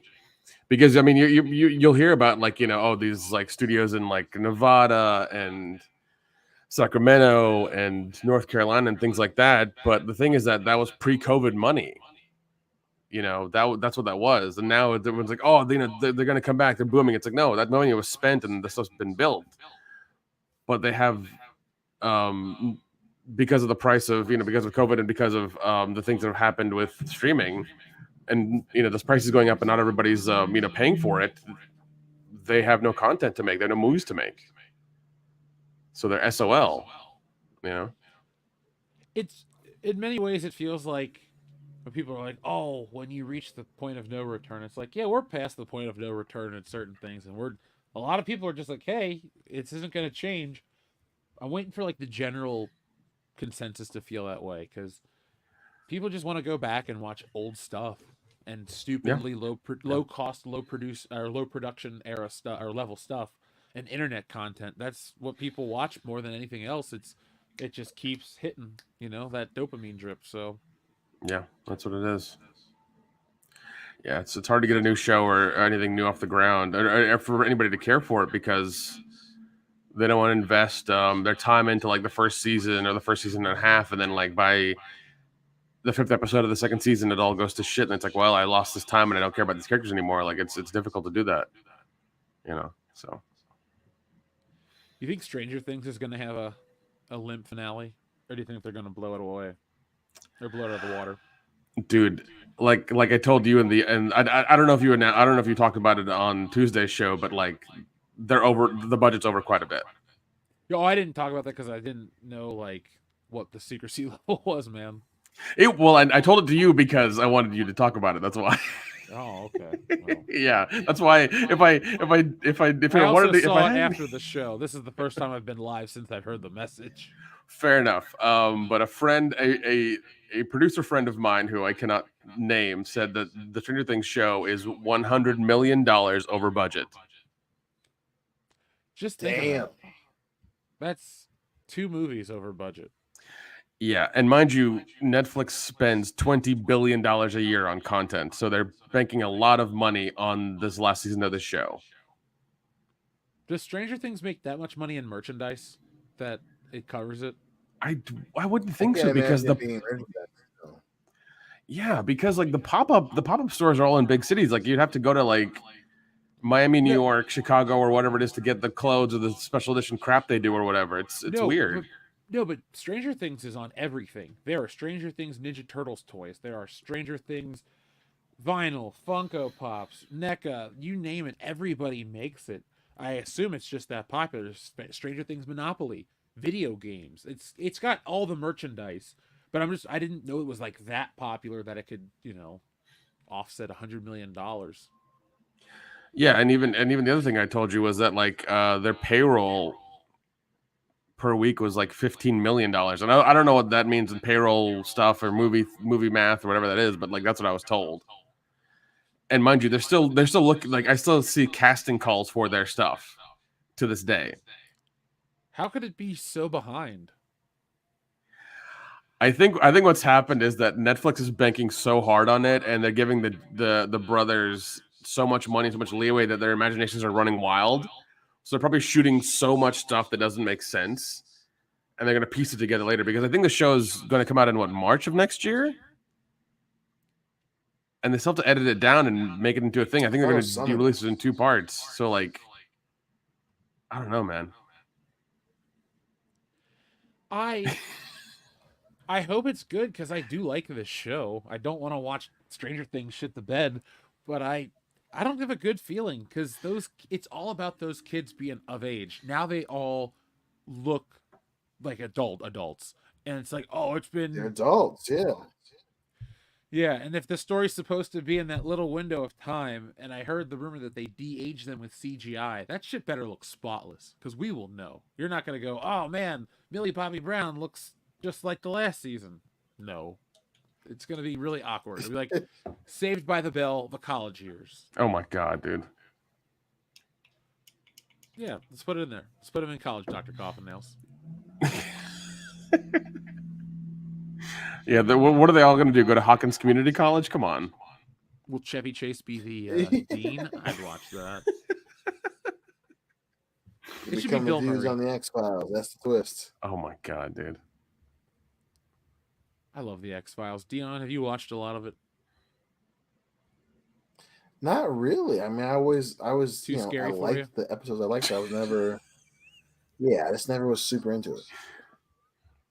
Oh, I watched all of it. Even the Lone Gunman show. I watched that quite a bit too. The show that predicted 9/11. Yeah, it was weird. Very strange. That's a scary one. Do you remember all those like Fox conspiracy theory shows they put out in the late 90s and early 2000s? Yeah, there was that shit. Yeah, those Millennium was one of them as well. I think that had a lot of like nuance that has kind of come true as well. It's very strange. Yeah, what were they trying to tell us back then that we missed? I don't know. Time period makes sense. Them dudes were watching those certain shows, I can see it. Oh, you were watching that Aliens autopsy uncovered bullshit, Dion, or the UFO videos. You're like, oh my god, they're real. No, dude, I remember the Bob Lazar show. I did definitely say it was real. Oh no, yeah, I didn't think it was real either, but I watched the shit out of it. Oh no, 100% I did. Like they had that plastered all over Sci-Fi Channel. I watched the crap out of that, dude. It was. You know what, guys? It was weird. We need to all get together and spend a day in this state of mind and watch those shows. Oh yeah. I mean we did it at my place at Tubi with a bunch of like crappy horror movies. Was it not the best time we've ever had hanging out? It was. It was a little difficult getting the Little Caesars in back, but we did it. I thought we did well, and it was still hot and cheesy. It was still hot and cheesy. Oh, I could go for some hot and cheesy crazy bread right now. Oh yeah. Anyway, I'm sorry. Yeah, let's watch those shows in the future. But hey, Nick, we've been counting down the top 10 stoner films, according to me. I'm going to give the audience a rundown since you're now here, and then I'm going to give the rest of the list. You ready? Let's do it. Number 10, Super Troopers. Number All right, 9, yeah. Friday. Number 8, Grandma's Boy. Number 7, that's fine. Dazed and Confused. That's a good one. Number 6, Half Baked. Okay, Number 5, Cheech and Chong's Up in Smoke. it's an interesting position, but all right. Number 4, Tenacious D and the Pick of Destiny. Okay. So, number 3 is a film that I didn't realize was a stoner. Well, I knew it was a stoner movie because the guys were perpetually high, but I got it as I got older. But Jay and Silent Bob Strike Back. I love this movie. Yeah. It is. It is one of those things you have to like. I can see it. You figure out that they're high when you're older, obviously. Because I mean, two dudes hanging around a video store for an entire day. Like, what are you gonna do? I just Right. I just like how funny they were, and they would talk about the dumbest shit. Oh yeah. So, next on my list is a film that you love, Nick, Dion loves, we all love. In my opinion, the second greatest stoner comedy of all time is Harold and Kumar Go to White Castle. Yeah. I'm very happy that's number 2. That makes me very happy because I was, as you were repeating the list, I was just like, Harold and Kumar should better be on that fucking list, or I will riot. It's on there. It's number 2, man. Like, it can only get one spot higher. That's a pretty good compliment if you ask me. Yeah, because you named them off earlier, and I was just like, where the fuck is Harold and Kumar, Agreed. Jeff? What the fuck? Almost at the top. which I'm happy at. At least it's like top 3. That's really good. But yeah, no, that movie, I still remember the ads for that movie so much because it's like, the MILF guy from American Pie meets the Indian guy from Van Wilder in this crazy, stoner comedy. And that was their whole advertisement. Yeah, that was their whole advertisement because you had 2 unknown actors. Well, kind of like, like they were kind of known for like their stuff they did, headlining this movie. And it worked. It was great. It was hilarious. I wish we had gotten the Harold and Kumar cartoon that didn't come out. I think a little bit of it got made, but like it never That'd happened. have been sweet. That'd have been sweet, man. It would have been awesome. I think it was too good. It was too good for us. That's what happened. It was too good for us. We just didn't get it. I'm still a little bummed out we didn't get more of the Clerks cartoon because that show was great. It was. And I don't know. I wouldn't want it to come out now because I feel like it. Kevin Smith is kind of past that. As much as he relies on that stuff, I feel like that's not at him anymore. He doesn't. He can't be that guy anymore. No, he can't snooch to the nooch's way out of this one. So, it should be obvious what the number 1 stoner film on my list is at this point, because I talk about this film quite regularly. When it's the 10th, I go right on. I've tried the drink. I've even worn a bathrobe out in public once, but that was it because I felt like an idiot. But my favorite stoner film of all time is The Big Lebowski. I love this movie. I could go on for hours about how funny it is, how game-changing it is, the performances, the music, the writing, all of it. And it was great the first time I saw it. I know people say, oh, you got to learn to appreciate it. I saw it. I laughed. I would go back and watch it regularly and laugh at the same parts, but get more and more as I watched it. Hell, even up past college, I would watch it and watch it and watch it and go, oh, okay, I tie it together more. It's a perennial favorite. It's owned on every format. I got the Dude doll. I love The Big Lebowski, and that is why it's number 1. It's just, I wouldn't change a single thing about it. Even Donnie's ridiculous death at the end is pretty funny, so that's number 1. Yes, Jeff Bridges as the Dude. Now, how do you guys feel about that? I'm fine with it. I think that it's deserved that. Like you said, it's perennial. It's a perennial favorite. It's been around for a while. It's definitely a legacy film. It deserves that more than any other like stoner film. I wish Kendo was here to hear this because he loves The Big Lebowski as well. We got to talk about the Nihilists and Carl Hungus. Yeah, no, he does. He does love him some Big Lebowski. I even have a Dude shirt instead of the Michael Jordan Jumpman. It's the Dude bowling. I love that shirt. I wear it all the time. They need to make shoes with that like silhouette on them. I would totally buy them. I would too. Like, you talk about quotes you can hear. I just heard that right there. What is the one about getting fucked in the ass? I keep. You see what happens, Larry? You see what happens? Oh, here it is. Son, this is what happens when you fuck a stranger in the ass. Yeah, there you go. He then proceeds to destroy the Corvette, which isn't even Larry's car. Oh god. Just like Jeff Goldblum being as intense as he fucking can is just hilarious as shit because he's so like unhinged John and Goodman. angry. That's Sorry, John Goodman. John Goodman. Fuck. They don't even look the same. They don't. But it's not like I prepared for this podcast before I got on or anything. So, you know. Or can tell the difference between human beings, but hey. Yeah, not at all. Not at all. That's just me. You should have said this to Cry me. me a river, dick face. Oh god, that's another good one too. Was it Dion?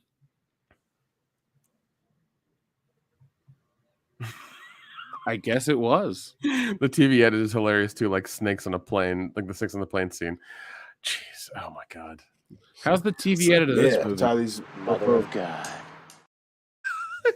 Some of those TV edits are just like, I guess they just rushed it through because they just needed something for TV to make money off of the licensing for a minute. So I don't know. I feel like when we were in the prime time for that, where they could really screw with those movies and they did the really terrible voiceovers and stuff, and it was just so much fun to watch those things like on TBS in the afternoon and be like, wow, that doesn't make any sense, but that's hilarious. The worst one was Mallrats because Jay's voice it'll change every couple of words and you're like, that doesn't match, and it's so horrible. Yeah If I wish that was an option to like acquire those movies as well, like just the really crappy edited cable versions, because those are like the Falcon. Yeah, because those are fun. I mean, it's weird because I know they make them for airplanes. They make the edited ones for not anymore. Oh, they don't? Oh, okay. No, like they're edited like to fit the whatever. But I watched one of the Saw movies, the one with Chris Rock. Oh, that Jesus. shit was not censored.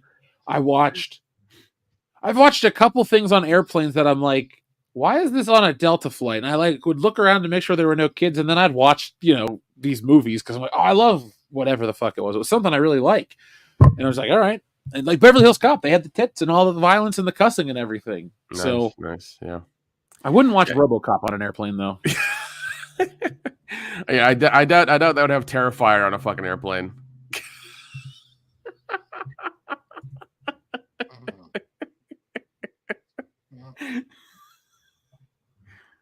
Hey, buddy, how's it going, Dion?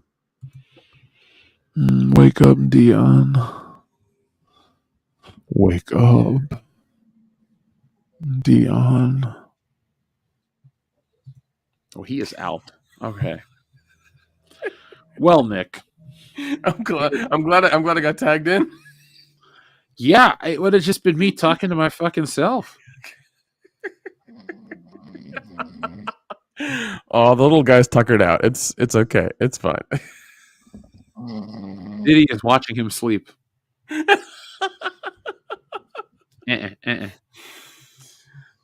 Take that.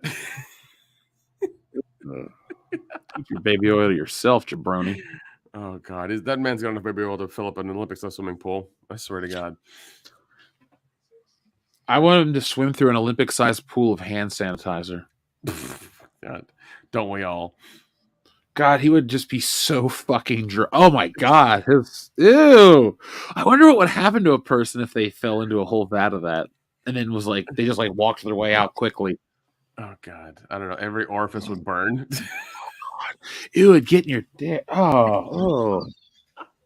I can just feel that. Ouch. I'm doing it to myself too, Nick. Yeah, but I was like, what are you doing?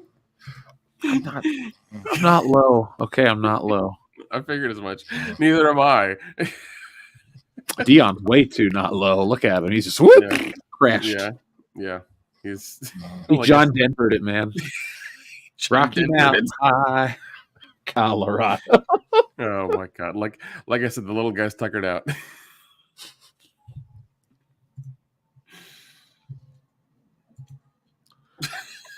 And here we have a wild Dion on the prowl, hunting for a white woman. Oh my god! We'll mute him, but we'll keep him on screen.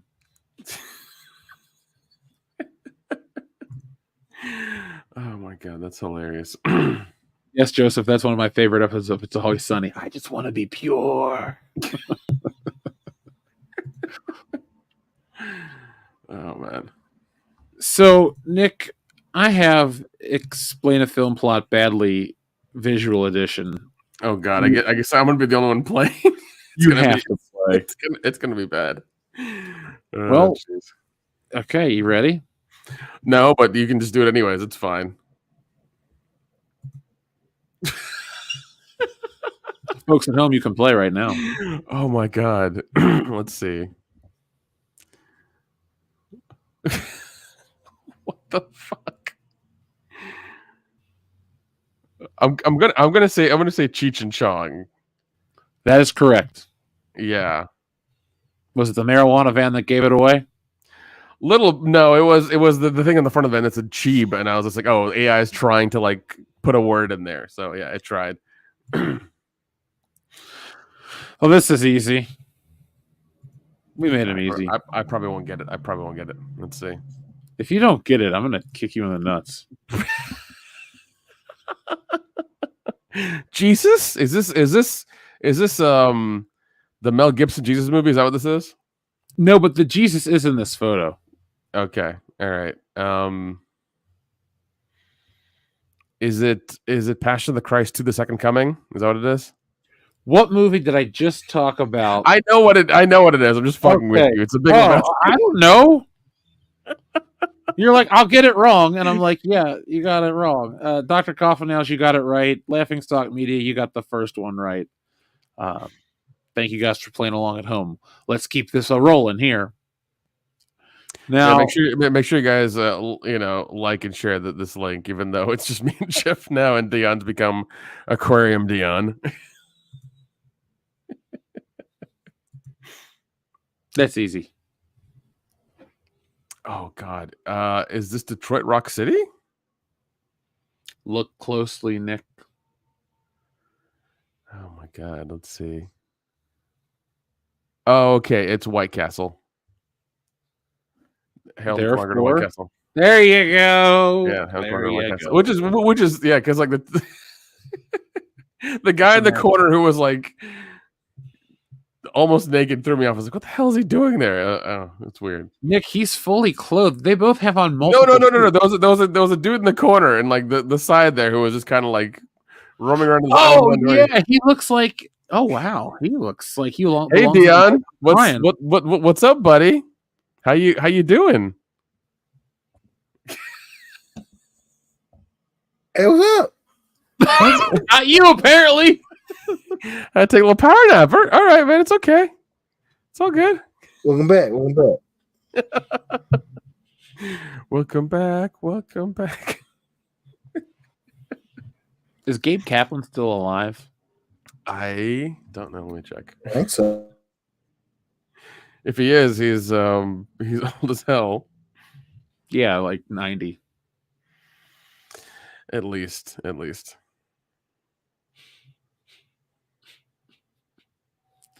Micro napping like Batman.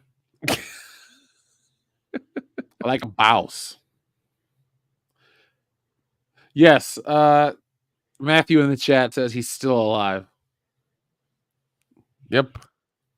He is 79 years old. I was way off on his age. Sorry, Mr. Kaplan. Please do not take offense. Is Mr. Feeney like 90? William Daniels, I think he is. I don't want to look him up because that just might, cry. Yeah. Mr. Feeney! Yeah, because I know he's up there too, and it's just like, oh man. Mr. Feeney was cool, but I also had, pretty cool teachers. So I was like, all right, yeah, it'd be nice to have Mr. Feeney, but Mrs. Wenzel was pretty cool too. Yeah, I had a really cool guidance counselor who was an old hippie dude who was really funny. It was pretty cool. All right.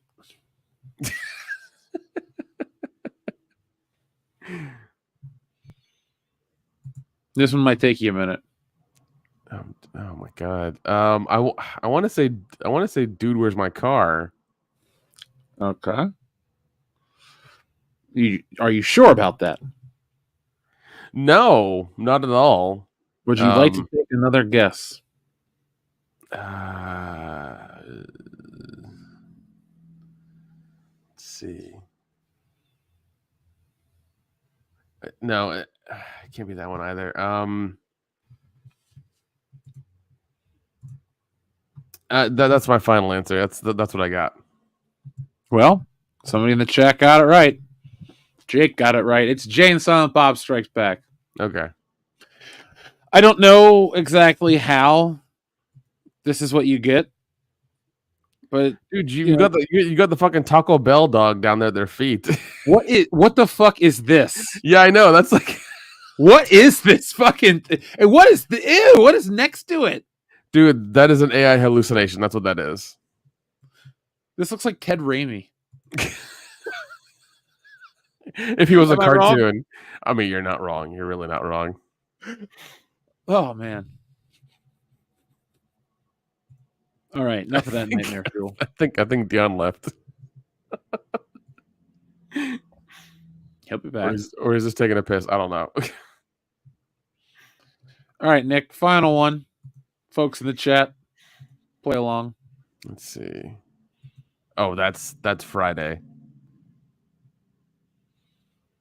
I mean, it's a ridiculous representation of that. But they're white. Yeah, I know. That's the other, well, except for the people behind them. This guy is part cyborg, Nick. Look at him. Oh God, no! Look at the gun in the guy's hand next to him. That guy's just flying. That's like, he looks like Jared Leto's Joker. Like, what the hell? What is this? Are these? Oh my God!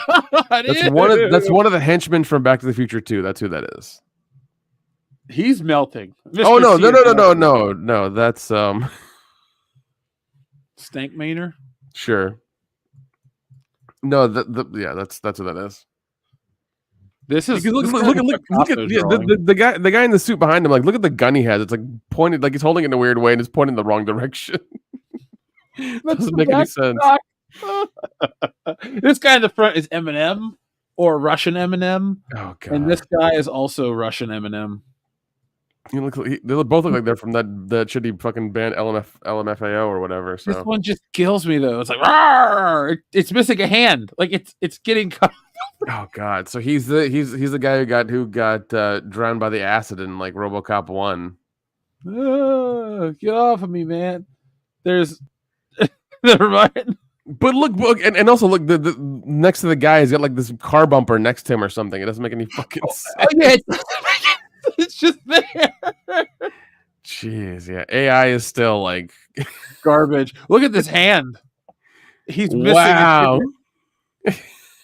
But this one splits off into two. Yeah, I don't know. He's smoking a toothbrush.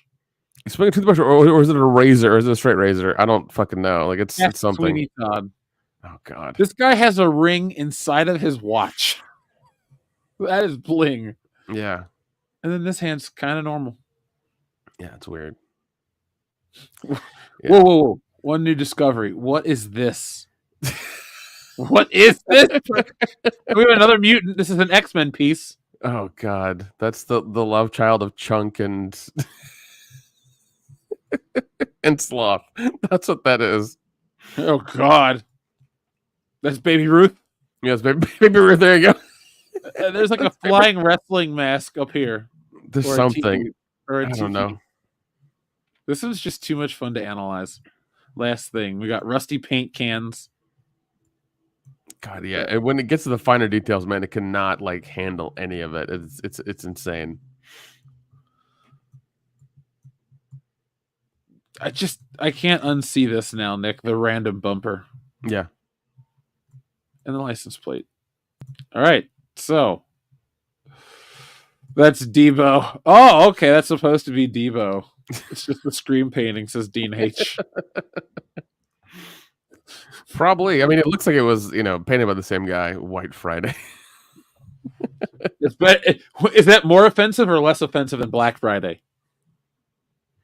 I don't know. I feel like if they made a movie called White Friday, like it would be also directed and written by Jordan Peele. I'll skip it. Well, I mean, he is doing the remake of People Under the Stairs. So Nope. there's that. No, that was the other movie. Yeah, I saw it twice, sadly. Oh God, it's so terrible. It wasn't terrible. I just never am going to watch it again. Yeah, he's I don't know. Just the first one he did was fine, and then just diminishing returns after that. They should have him and the other guy should have done Keanu 2 or something, because that movie was fun. That was more was great. That was more in line with the show. Like that, Keanu was like a derivative of it was like an SNL movie almost, like of the show they were doing, Key and Peele. But we can't have nice things, can we? No, Jordan Peele had to go and get all uppity. Yep. Yeah, he did. So, Nick, I hope you have a good weekend. Yeah. I'm here at Scarefest in Lexington, Kentucky right now.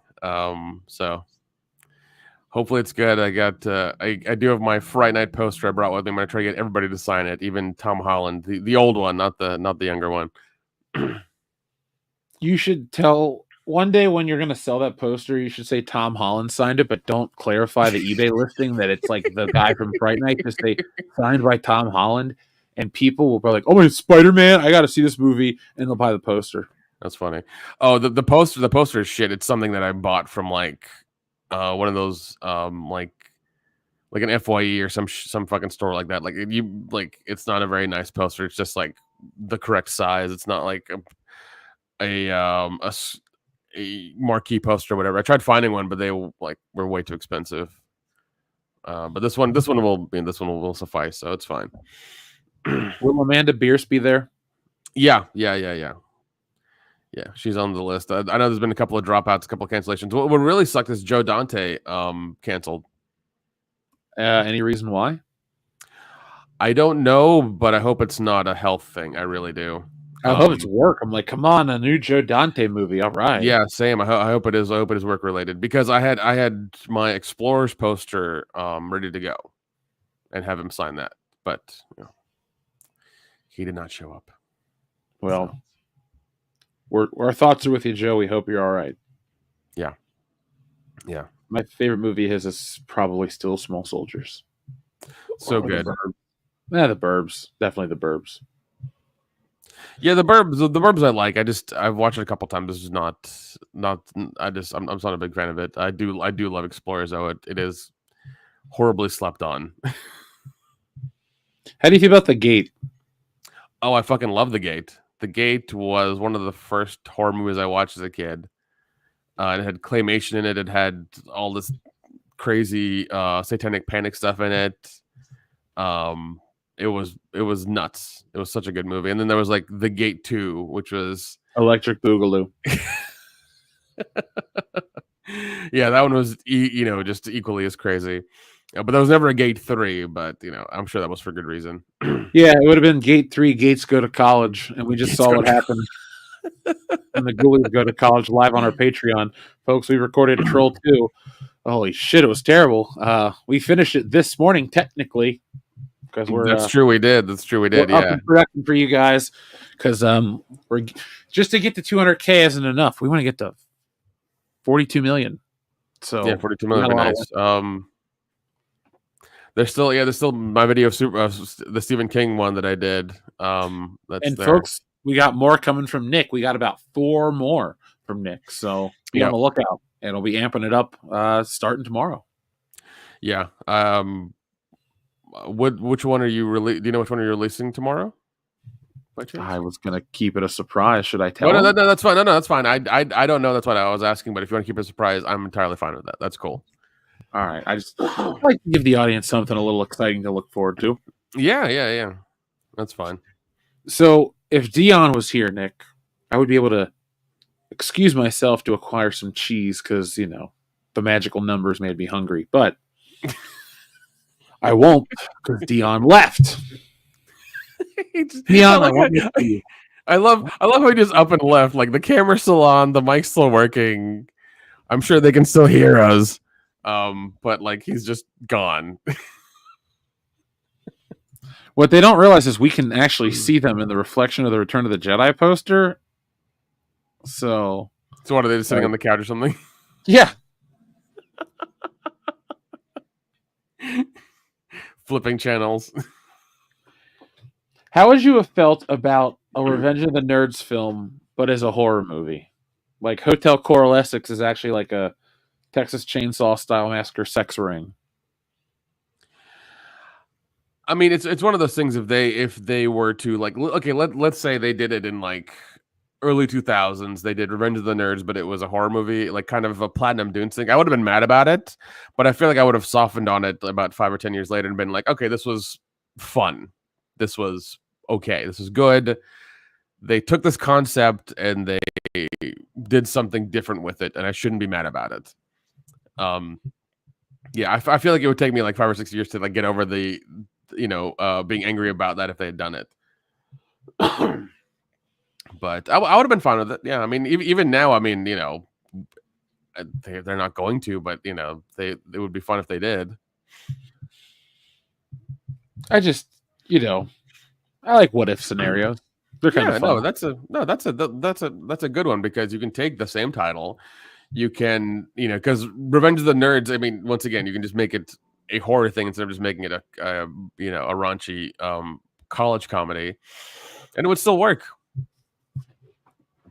And then hell, you could make it singular, Revenge of the Nerd, and just make it some guy who's like, and make it like prom night or I don't know, Slaughter High or some shit where some nerd gets bullied and then like, he goes into either he leaves school or has to go to some mental hospital and comes back like 10 years later and, offs the bullies in some, some crazy way or whatever. They should have made a sequel to Slaughter High called Slaughter Pie where he follows the kids that are the survivors to college the next year. That would have been fun. And then, you could do like, just you keep building on it.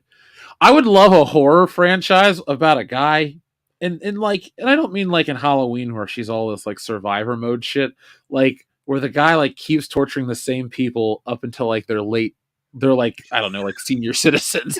He just keeps getting away, keeps coming back, and he just like keeps killing new people in their lives every time.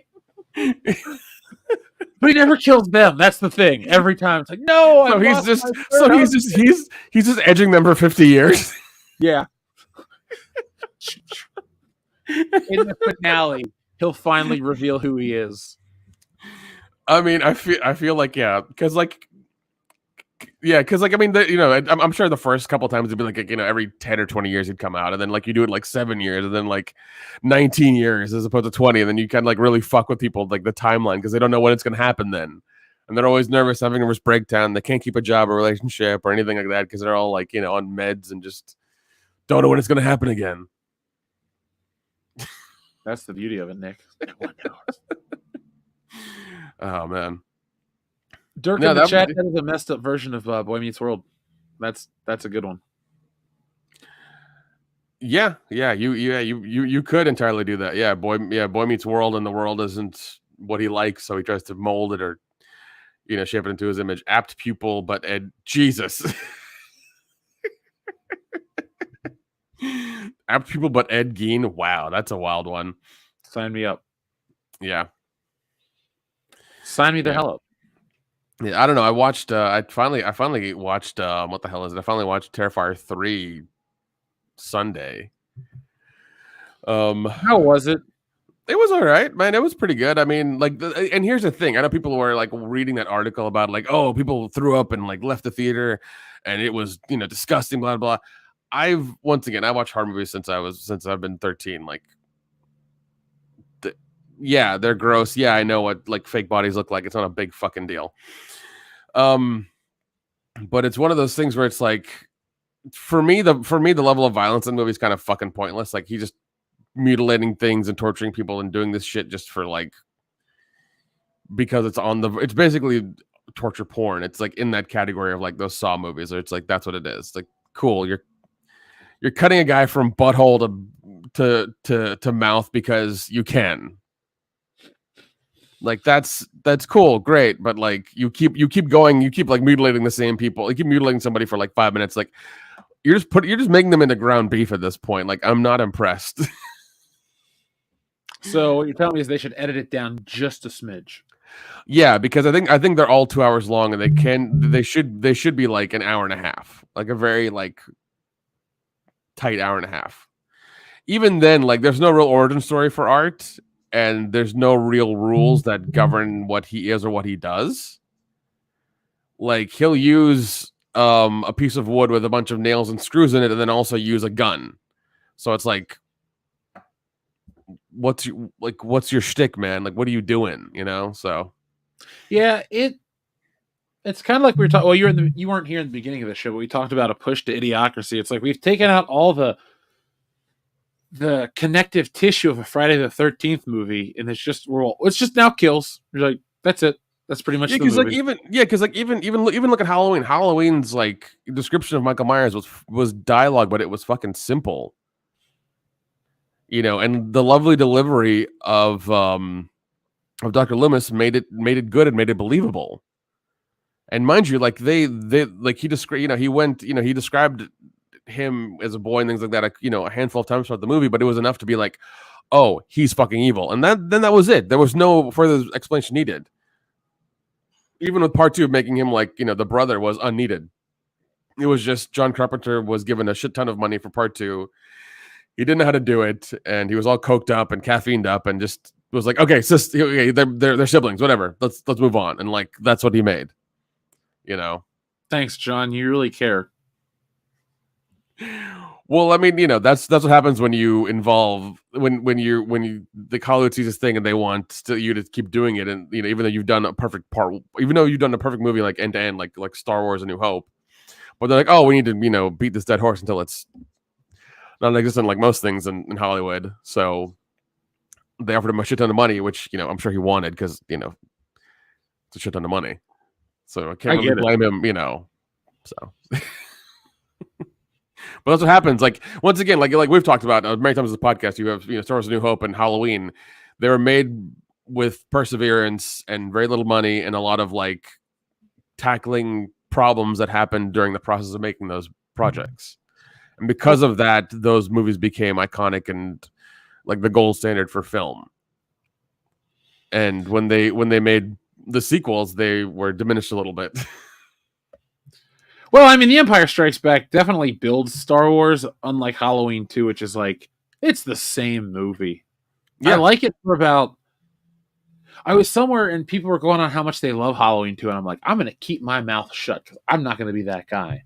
But I used to love Halloween 2. There was a window of time where I thought it was the best one, like a couple months. But in reality, it's just the most boring movie. It's not very scary. Yeah. It's kind of stupid. The music's laughable. It definitely feels like a cash grab. No, 100% it is, because because we watch it and like the stark difference in its quality and just the pacing is not there. Like, one had a good amount of pacing. It was edited down. You had great music. The score was awesome. Everything was wonderful. It was tight, and it was like Ghostbusters, where like everything fit, and you can't like take out one frame or another, or else you'll lose the momentum and the whole thing will like fly apart. You just can't. Halloween 2 is a blatant, cash grab. But once again, I cannot blame Carpenter or anything else like that, because like he worked his ass off on the first one, making it for fucking what, $300,000, $350,000, $400,000, whatever it was, and then he got like $1 million or $2 million to make part 2. And it's like, you can do everything you want, but then you have like, your imagination goes too far, and you had this idea for the budget, and things worked out because remember John Carpenter didn't make part 2. Oh yeah, that's right. Fuck, what am I saying? Rick Rubin directed it. Yeah, so there was that. He wrote it. and he hated it. They like the original version of that movie. There's none of the violence, like the part where Michael Myers pops up and stabs the girl in the throat, or a couple of the other kills were shot by John Carpenter to add some gore into the movie because it was like dead. It was like the most boring piece of shit. I think, and the one kill I do love is like the boiling water one where he keeps dunking her over and over and over into that fucking boiling water, and she just becomes more and more like, I guess, degraded and just just disheveled or whatever. It's nasty. Yeah, yeah. But then there's like the off-screen kill of the nurse that's just like in this giant puddle of blood for no fucking reason out of nowhere. Like it didn't make any sense. So, what would you consider Michael Myers' best kill in all the movies? I think one of the parts he put like a shotgun through somebody's chest, didn't he? Part 4, yeah. That's the kill. I think is like the most like that shows you how strong and how like how powerful he is, that he took a double-barreled shotgun and put it through somebody's body. He didn't pull the trigger, but he mounted them on the wall like he did Bobby in the fucking first movie, but with a shotgun through the wall, through their torso into the wall. Like that to me is just like fuck. It is. I mean, I do like the Bob kill in the first movie. It's kind of like the Michael Myers kill. Oh yeah.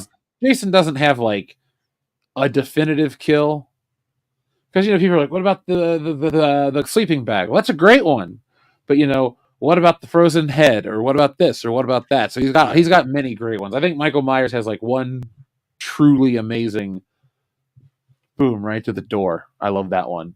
Mm-hmm. But the shotgun one's great. I guess, what is it, Katie Sackhoff that gets her head cut off in Halloween Resurrection? Oh shit, yeah. Like, he just goes shoom. Like that's the only Michael Myers decapitation, I think. Yeah, because all the others are just like either he's squeezing them or ripping them apart or just stabbing them or whatever. Also, Resurrections is like one of my favorites. I fucking love that movie. It's the most 90s like horror movie in that franchise. Like it is just like the epitome of like that era of horror. Yeah, it's not good, Nick, but I'm just gonna no. It's not good. I'll admit it's not good. It's my favorite. It's not good though. Like it's not, but it's one of those things where it's like it's like that crappy movie you watch because you love it. It's not good. It's like eating like 3 bowls of. It's like eating a whole box of cereal. Like it's not good for you, but you fucking love it. That's what it is. Yeah, there is no cereal that's good for you by the box full. Even shredded wheat, you would just be like, ugh. Yeah, it would. I think you'd get your weekly fiber intake with that one box. Monthly, maybe. Probably monthly. Yeah. But no, I will die on that hill. I fucking love Resurrection. It is so much fun. I will 100% agree it is not good, but I love it. I just acknowledge Halloween's 1 and 3 these days. That's it for me. It's like 1 perfect ending. Michael Myers got away. Oh, where is he? We'll never know. And then 3 is a nice weird what if, and that's it. Yeah, I think 1 is the only one I have on 4K. I did not get 2. Same. I do like 2. I do enjoy 2. Like if I'm doing like a watching them back to back, I will watch them back to back. But I don't need 2. I don't need part 2. For as much shit as I just talked about part 2, I bought part 1, 2, and 3 on 4K when they did that Shout Factory release a couple years ago. Yeah. I couldn't pull the trigger on 4 and 5. Those are absolute. Like 4 is okay, but 5 is a garbage film. Yeah, I mean, even with the producer's cut, that's on. I think it's on that 4K. It's coherent with the producer's cut, but it shouldn't be that way. So it's not great. Yeah, I feel like Friday the 13th is the most consistent with its quality and like storytelling almost. I'd argue Nightmare on Elm Street. No, because they deviate so much with his backstory and then like the Dream Warrior stuff and then like some of the weird shit that happens with the town that doesn't have any more kids, and They even like, and all of a sudden, like I think it was second to last one, like his daughter's like working in the school or something. Like there's so many caveats they go to, like. But part 5 of Friday the 13th is horrible. Part 8 is nearly unwatchable. Part 9 is not even a movie. There's no continuity there either. Like Jason got his head chopped open. Oh, also too, the movies take place the day after each other. So it's Saturday the 14th for part 3. And like we're supposed to believe that Jason, which had red hair and fucked up eyes and all this, randomly in the next day morphed into this Richard Brooker Jason who's like a foot taller and looks like Lurch. Like, come on, man. At least Freddy Krueger's the same actor in every movie. That's, I mean, yeah, that's that's true. That's true. But like, but at least like, okay, the consistency of Friday the 13th is like, like kids in the middle of nowhere getting killed. Like that's literally like the fucking crux of it. And they keep with that theme, pretty well. Yeah, part 5, yeah, they entirely fucked that up. They tried pivoting and it didn't fucking work. But they tried setting up, that was like that's the last of the Tommy Jarvis. No, sorry, that's the second. Yeah, that's a second in the Tommy Jarvis like arc, I guess. Yeah, part 6 is his finale. He rides off into the sunset with that cute blonde girl. Yes, the sheriff's daughter. Mm. Sheriff is dead. D-E-D. Yeah, he is. He is D-E-D. Dude, he part snapped backward. I love part 6. Part 6 is so fucking good. Oh my god, I'm so glad. I'm like, once again, I'm glad I got the fucking crazy box set that came out through Shout Factory a couple years ago. Even though now it's like $30, I'm glad I bought it when it came out. Now that you told me it's $30, I kind of want to pull the trigger when those hit 4K because I know this is weird. I like when I can see a movie so clearly that I can even tell the effects. Like I want to see it in the most perfect clarity possible. This whole nostalgia-drenched VHS wet dream. Oh, it makes the movies better. No, you just watch. Listen, no. That's it. No, it's. I think Kenda coined made a term. It's like nostalgia for some. Like he said some term was like nostalgia for something you've never lived through. It was a really good term he had put together. Which I think is that's all of Gen Z because like it was so weird because I saw my niece a couple weekends ago and she was carrying around a point and shoot in her fucking purse. I was like, what the fuck is wrong with you? She's like, oh, I found this camera and this is what I use. This is me and my friends use to take pictures. I'm like, are you kidding me? It's an inferior technology, and we're stepping backwards because companies know how to market dumb shit to kids. I would understand if it was like a Polaroid camera or something for like for nostalgia's sake. It's cool, whatever, fine. But a point and shoot, like point and it doesn't, it just doesn't compute, man. It doesn't make sense. Like, where are you going to get the film developed? Exactly. Well, even now, I think like Kodak has a little printer that you can buy with the prints that that come out of it. It's a whole thing you can buy now, which is something that you could buy before when point and shoots happened. Like you could put the SD card in a couple of. I know that HP made a small like desk printer that could print out pictures and stuff. That was actually kind of nice, but that one the way of the Dodo as well. Well, I don't advocate much for the positive influence of cell phones, but we have really powerful cameras in our pockets at all times, and anybody can be a damn Instagram photographer. Like it's easy as shit. Yeah, there's no like you're not going to get the same picture quality. You're not going to get the same color intensity. There's just no positive benefit. Oh, it's fun. It's nostalgic. For who? This kid wasn't alive when this was the standard. Like I've been going through some of my old stuff in my collections, and I'm like, man, burning CDs actually sucked. Like when you think back to it, you're like, burning CDs is just. I'm so glad we don't do that anymore. Like I don't like that physical media died, but I don't miss playing. I like playing music on my phone. Yeah, I feel like CDs and Yeah, I feel like that was yeah. Streaming music is definitely streaming music. I think is the only streaming thing that I advocate for because you have access to almost every piece of music on the planet at your fingertips. Like that's great. That's wonderful. That's the way it should be. But going like and once again, like I buy a handful of like old school movie vinyls that are really cheap, like I don't spend too much on them. I think I have like I know I have Goonies. I have Risky Business and a couple other ones as well that I have in my collection. I know Trancers.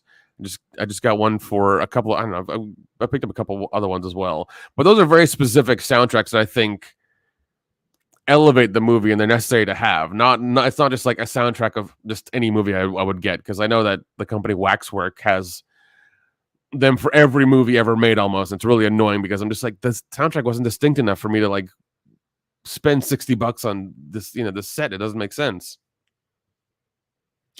I need them to release the Fletch soundtrack, and then I'll be happy. Yeah. They put out part 2 first. Let's read these 2 super chats, though. Overkill161 says, Stranger Things kids in Stranger Things, the old folks' home. So what? It'd be like, they'd be, I guess they'd be old folks now? It'd be like Twilight Zone, the movie, Kick the Can, that segment. Oh, yeah. I could see that working out. Maybe put them in like I want to see the Stranger Things kids in an old folks' home in Derry, Maine. They're trying to help the next generation fight Pennywise. That'd be fun. That'd be fun. Put them all in like old people makeup. Actually, they should just be the current age. We should just call them old people. Like, there you go. Like the parents of the kids that are clearly older than the actors are like, man, you guys don't even age the same way. Man, you guys, your generation looks so old. Just like constantly telling us how old these kids look. I think it'd be hilarious. Oh, yeah. Oh, definitely. That'd be funny as shit, dude. Oh, my God. But yeah, I can't wait for Stranger Things, the last season, to come out. It's going to be so much fun. You got to come down here and do the tour with me in Jackson. I will. My family has spent time in Jackson. Yeah. I have stories. Yeah, because I think they just changed they just got a bigger, because the people that the company that does the tours just got a bigger building with like arcades and all kinds of cool shit. Oh my God, he's still not there.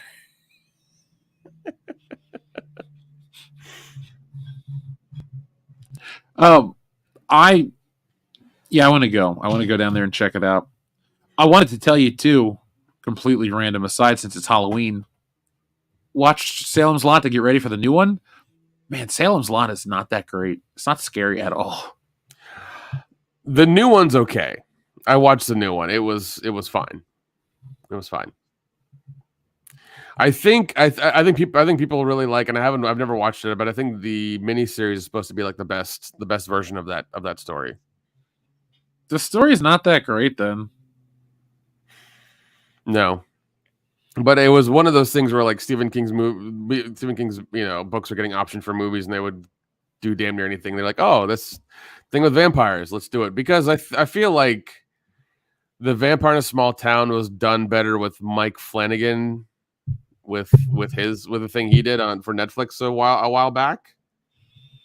That version was awesome. He did a damn good job with that. What's it called? Let me check, because I know it's got a weird name. I have to figure it out, because that just sounds like something interesting I'd like to watch for this time of year, or actually any time of year for me. Let's see, what is it? Come on. Midnight Mass. Oh, okay. Yeah, Midnight Mass is what it is. But because like when I watched it and it got to revealing what everything was, I was like, oh, this is a copy of Salem's Lot, and it's really fucking good. So. And also Mike Flanagan fucking kills it with everything he does. In all honesty, I'm really happy with a lot of the things he does. Katie Siegel's in it. Mm-hmm. Yeah, he like Tarantino works with the same actors over and over again. And he does he does a lot of the miniseries stuff for Netflix, and he does a lot of good stuff.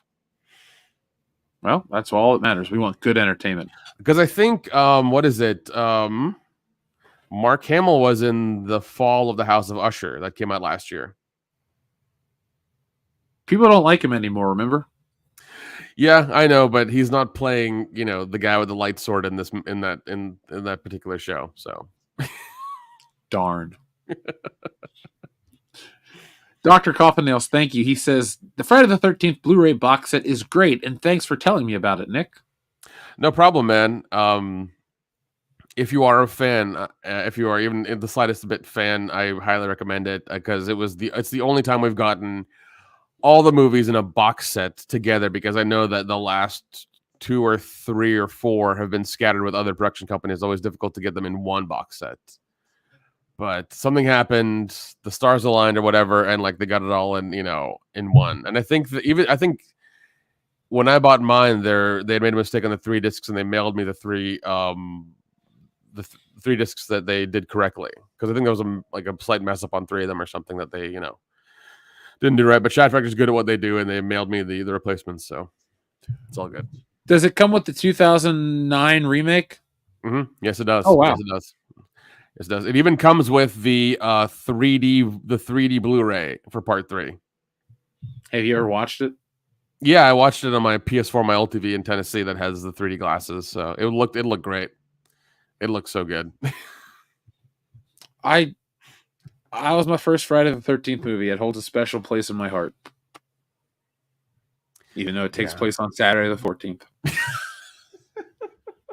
I'm never watching this. Semantics, right, Jeff. Semantics. All right. God damn yes, semantics do take place at Camp Crystal Lake, and a lot of kids die, Nick. All right. Listen, okay. Listen. They were warned by the fucking Harbinger and the dual citizens and the people that live there not to go. But do they listen?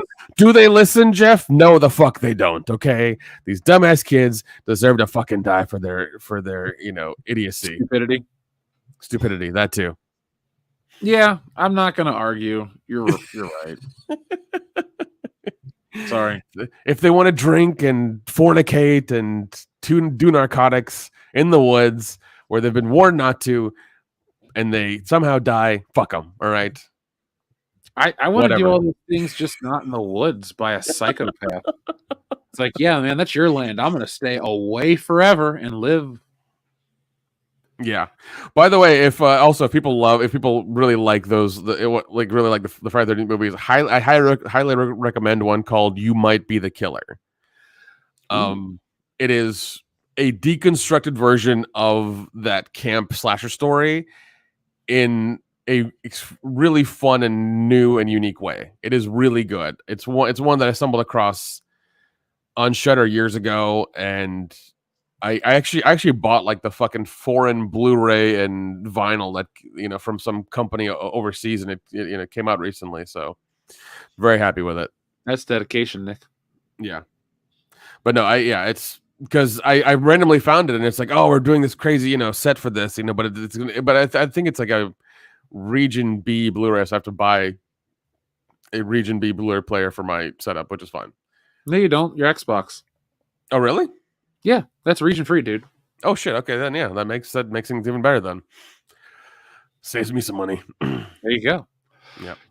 Xavier to God has a fun fuck, marry, kill. Halloween 3, Friday 3D, and Nightmare 3 Dream Warriors. Ooh shit. I'll go since you're thinking about it. Okay, go ahead. I will fuck Halloween 3. I will marry Dream Warriors, and I'll kill Friday the 13th Part 3. Okay. That's everybody got it. Always with the good fuck marry kills. Always with the good ones. I feel bad for this, but I'm gonna just do it anyways. I will marry Friday 3D, fuck Nightmare, and kill Halloween. I don't feel good about it. I don't feel good about it. You're marrying. No wonder you married Brie Larson. You have terrible taste. Oh. Don't marry. Nick. Hey! I didn't marry her for her looks. Okay, I married her for her paycheck. I respect you even more. Thank you, Nick. Yeah, at least I'm honest, right? At least I'm honest. Xavier to God asked Nick, "What are your thoughts on the Silent Hill 2 remake?" I guess the game. Yeah. I'm fine with it. I know they just released. They just redid Until Dawn for only PS5 and PC. Only PS5 and PC. Which is fucking ridiculous, but whatever. I need to get a PC to play it.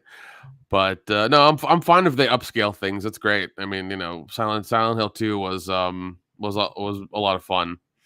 It's like a full remake. Oh, okay. Yeah, I'm okay Yeah, with I'm it. waiting to see if it's going to get released on Xbox next year because I'll play it then. I'm not going to buy a PS5 to play early, but I think I'm just gonna get one of the, like I said, I'm gonna get one of those Republic of Gaming handhelds for the rest of this shit because I don't want to get another fucking console. I really love my PS4. There's a bunch of games still on it that I can play through it. I don't think I'm going to get a PS5. In all honesty, it just doesn't appeal to me anymore. there's nothing on it that I want. Yeah, and most of those games come to the PC or whatever, and I can play it on like the handheld device or whatever, or through Steam. So it's not a problem. Sorry, I'm laughing at the chat. Yeah. Well, Nick, I don't know. What would you rather do if you're about to get laid but might die from a ghost killer? Will you take your chance? Yeah. Why not? Yeah, especially with some of those girls, you're like, yeah, if I'm gonna die, I mean, look at those. Yeah, I mean, You're the especially last that. person either of each other is with, so Yeah, you'll be coming in going, haha. be glad we're at the end of this show. I'd be too embarrassed to continue.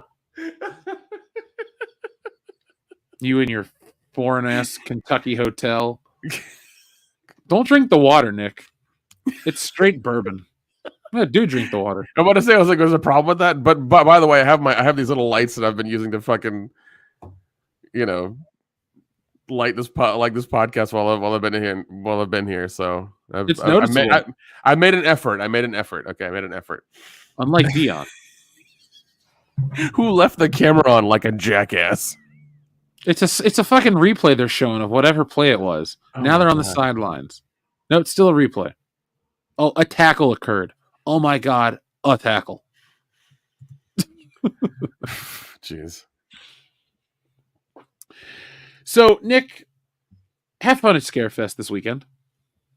I will. I'll probably see you Sunday to give you your poster that I have. I actually got a frame for it. It's in the car.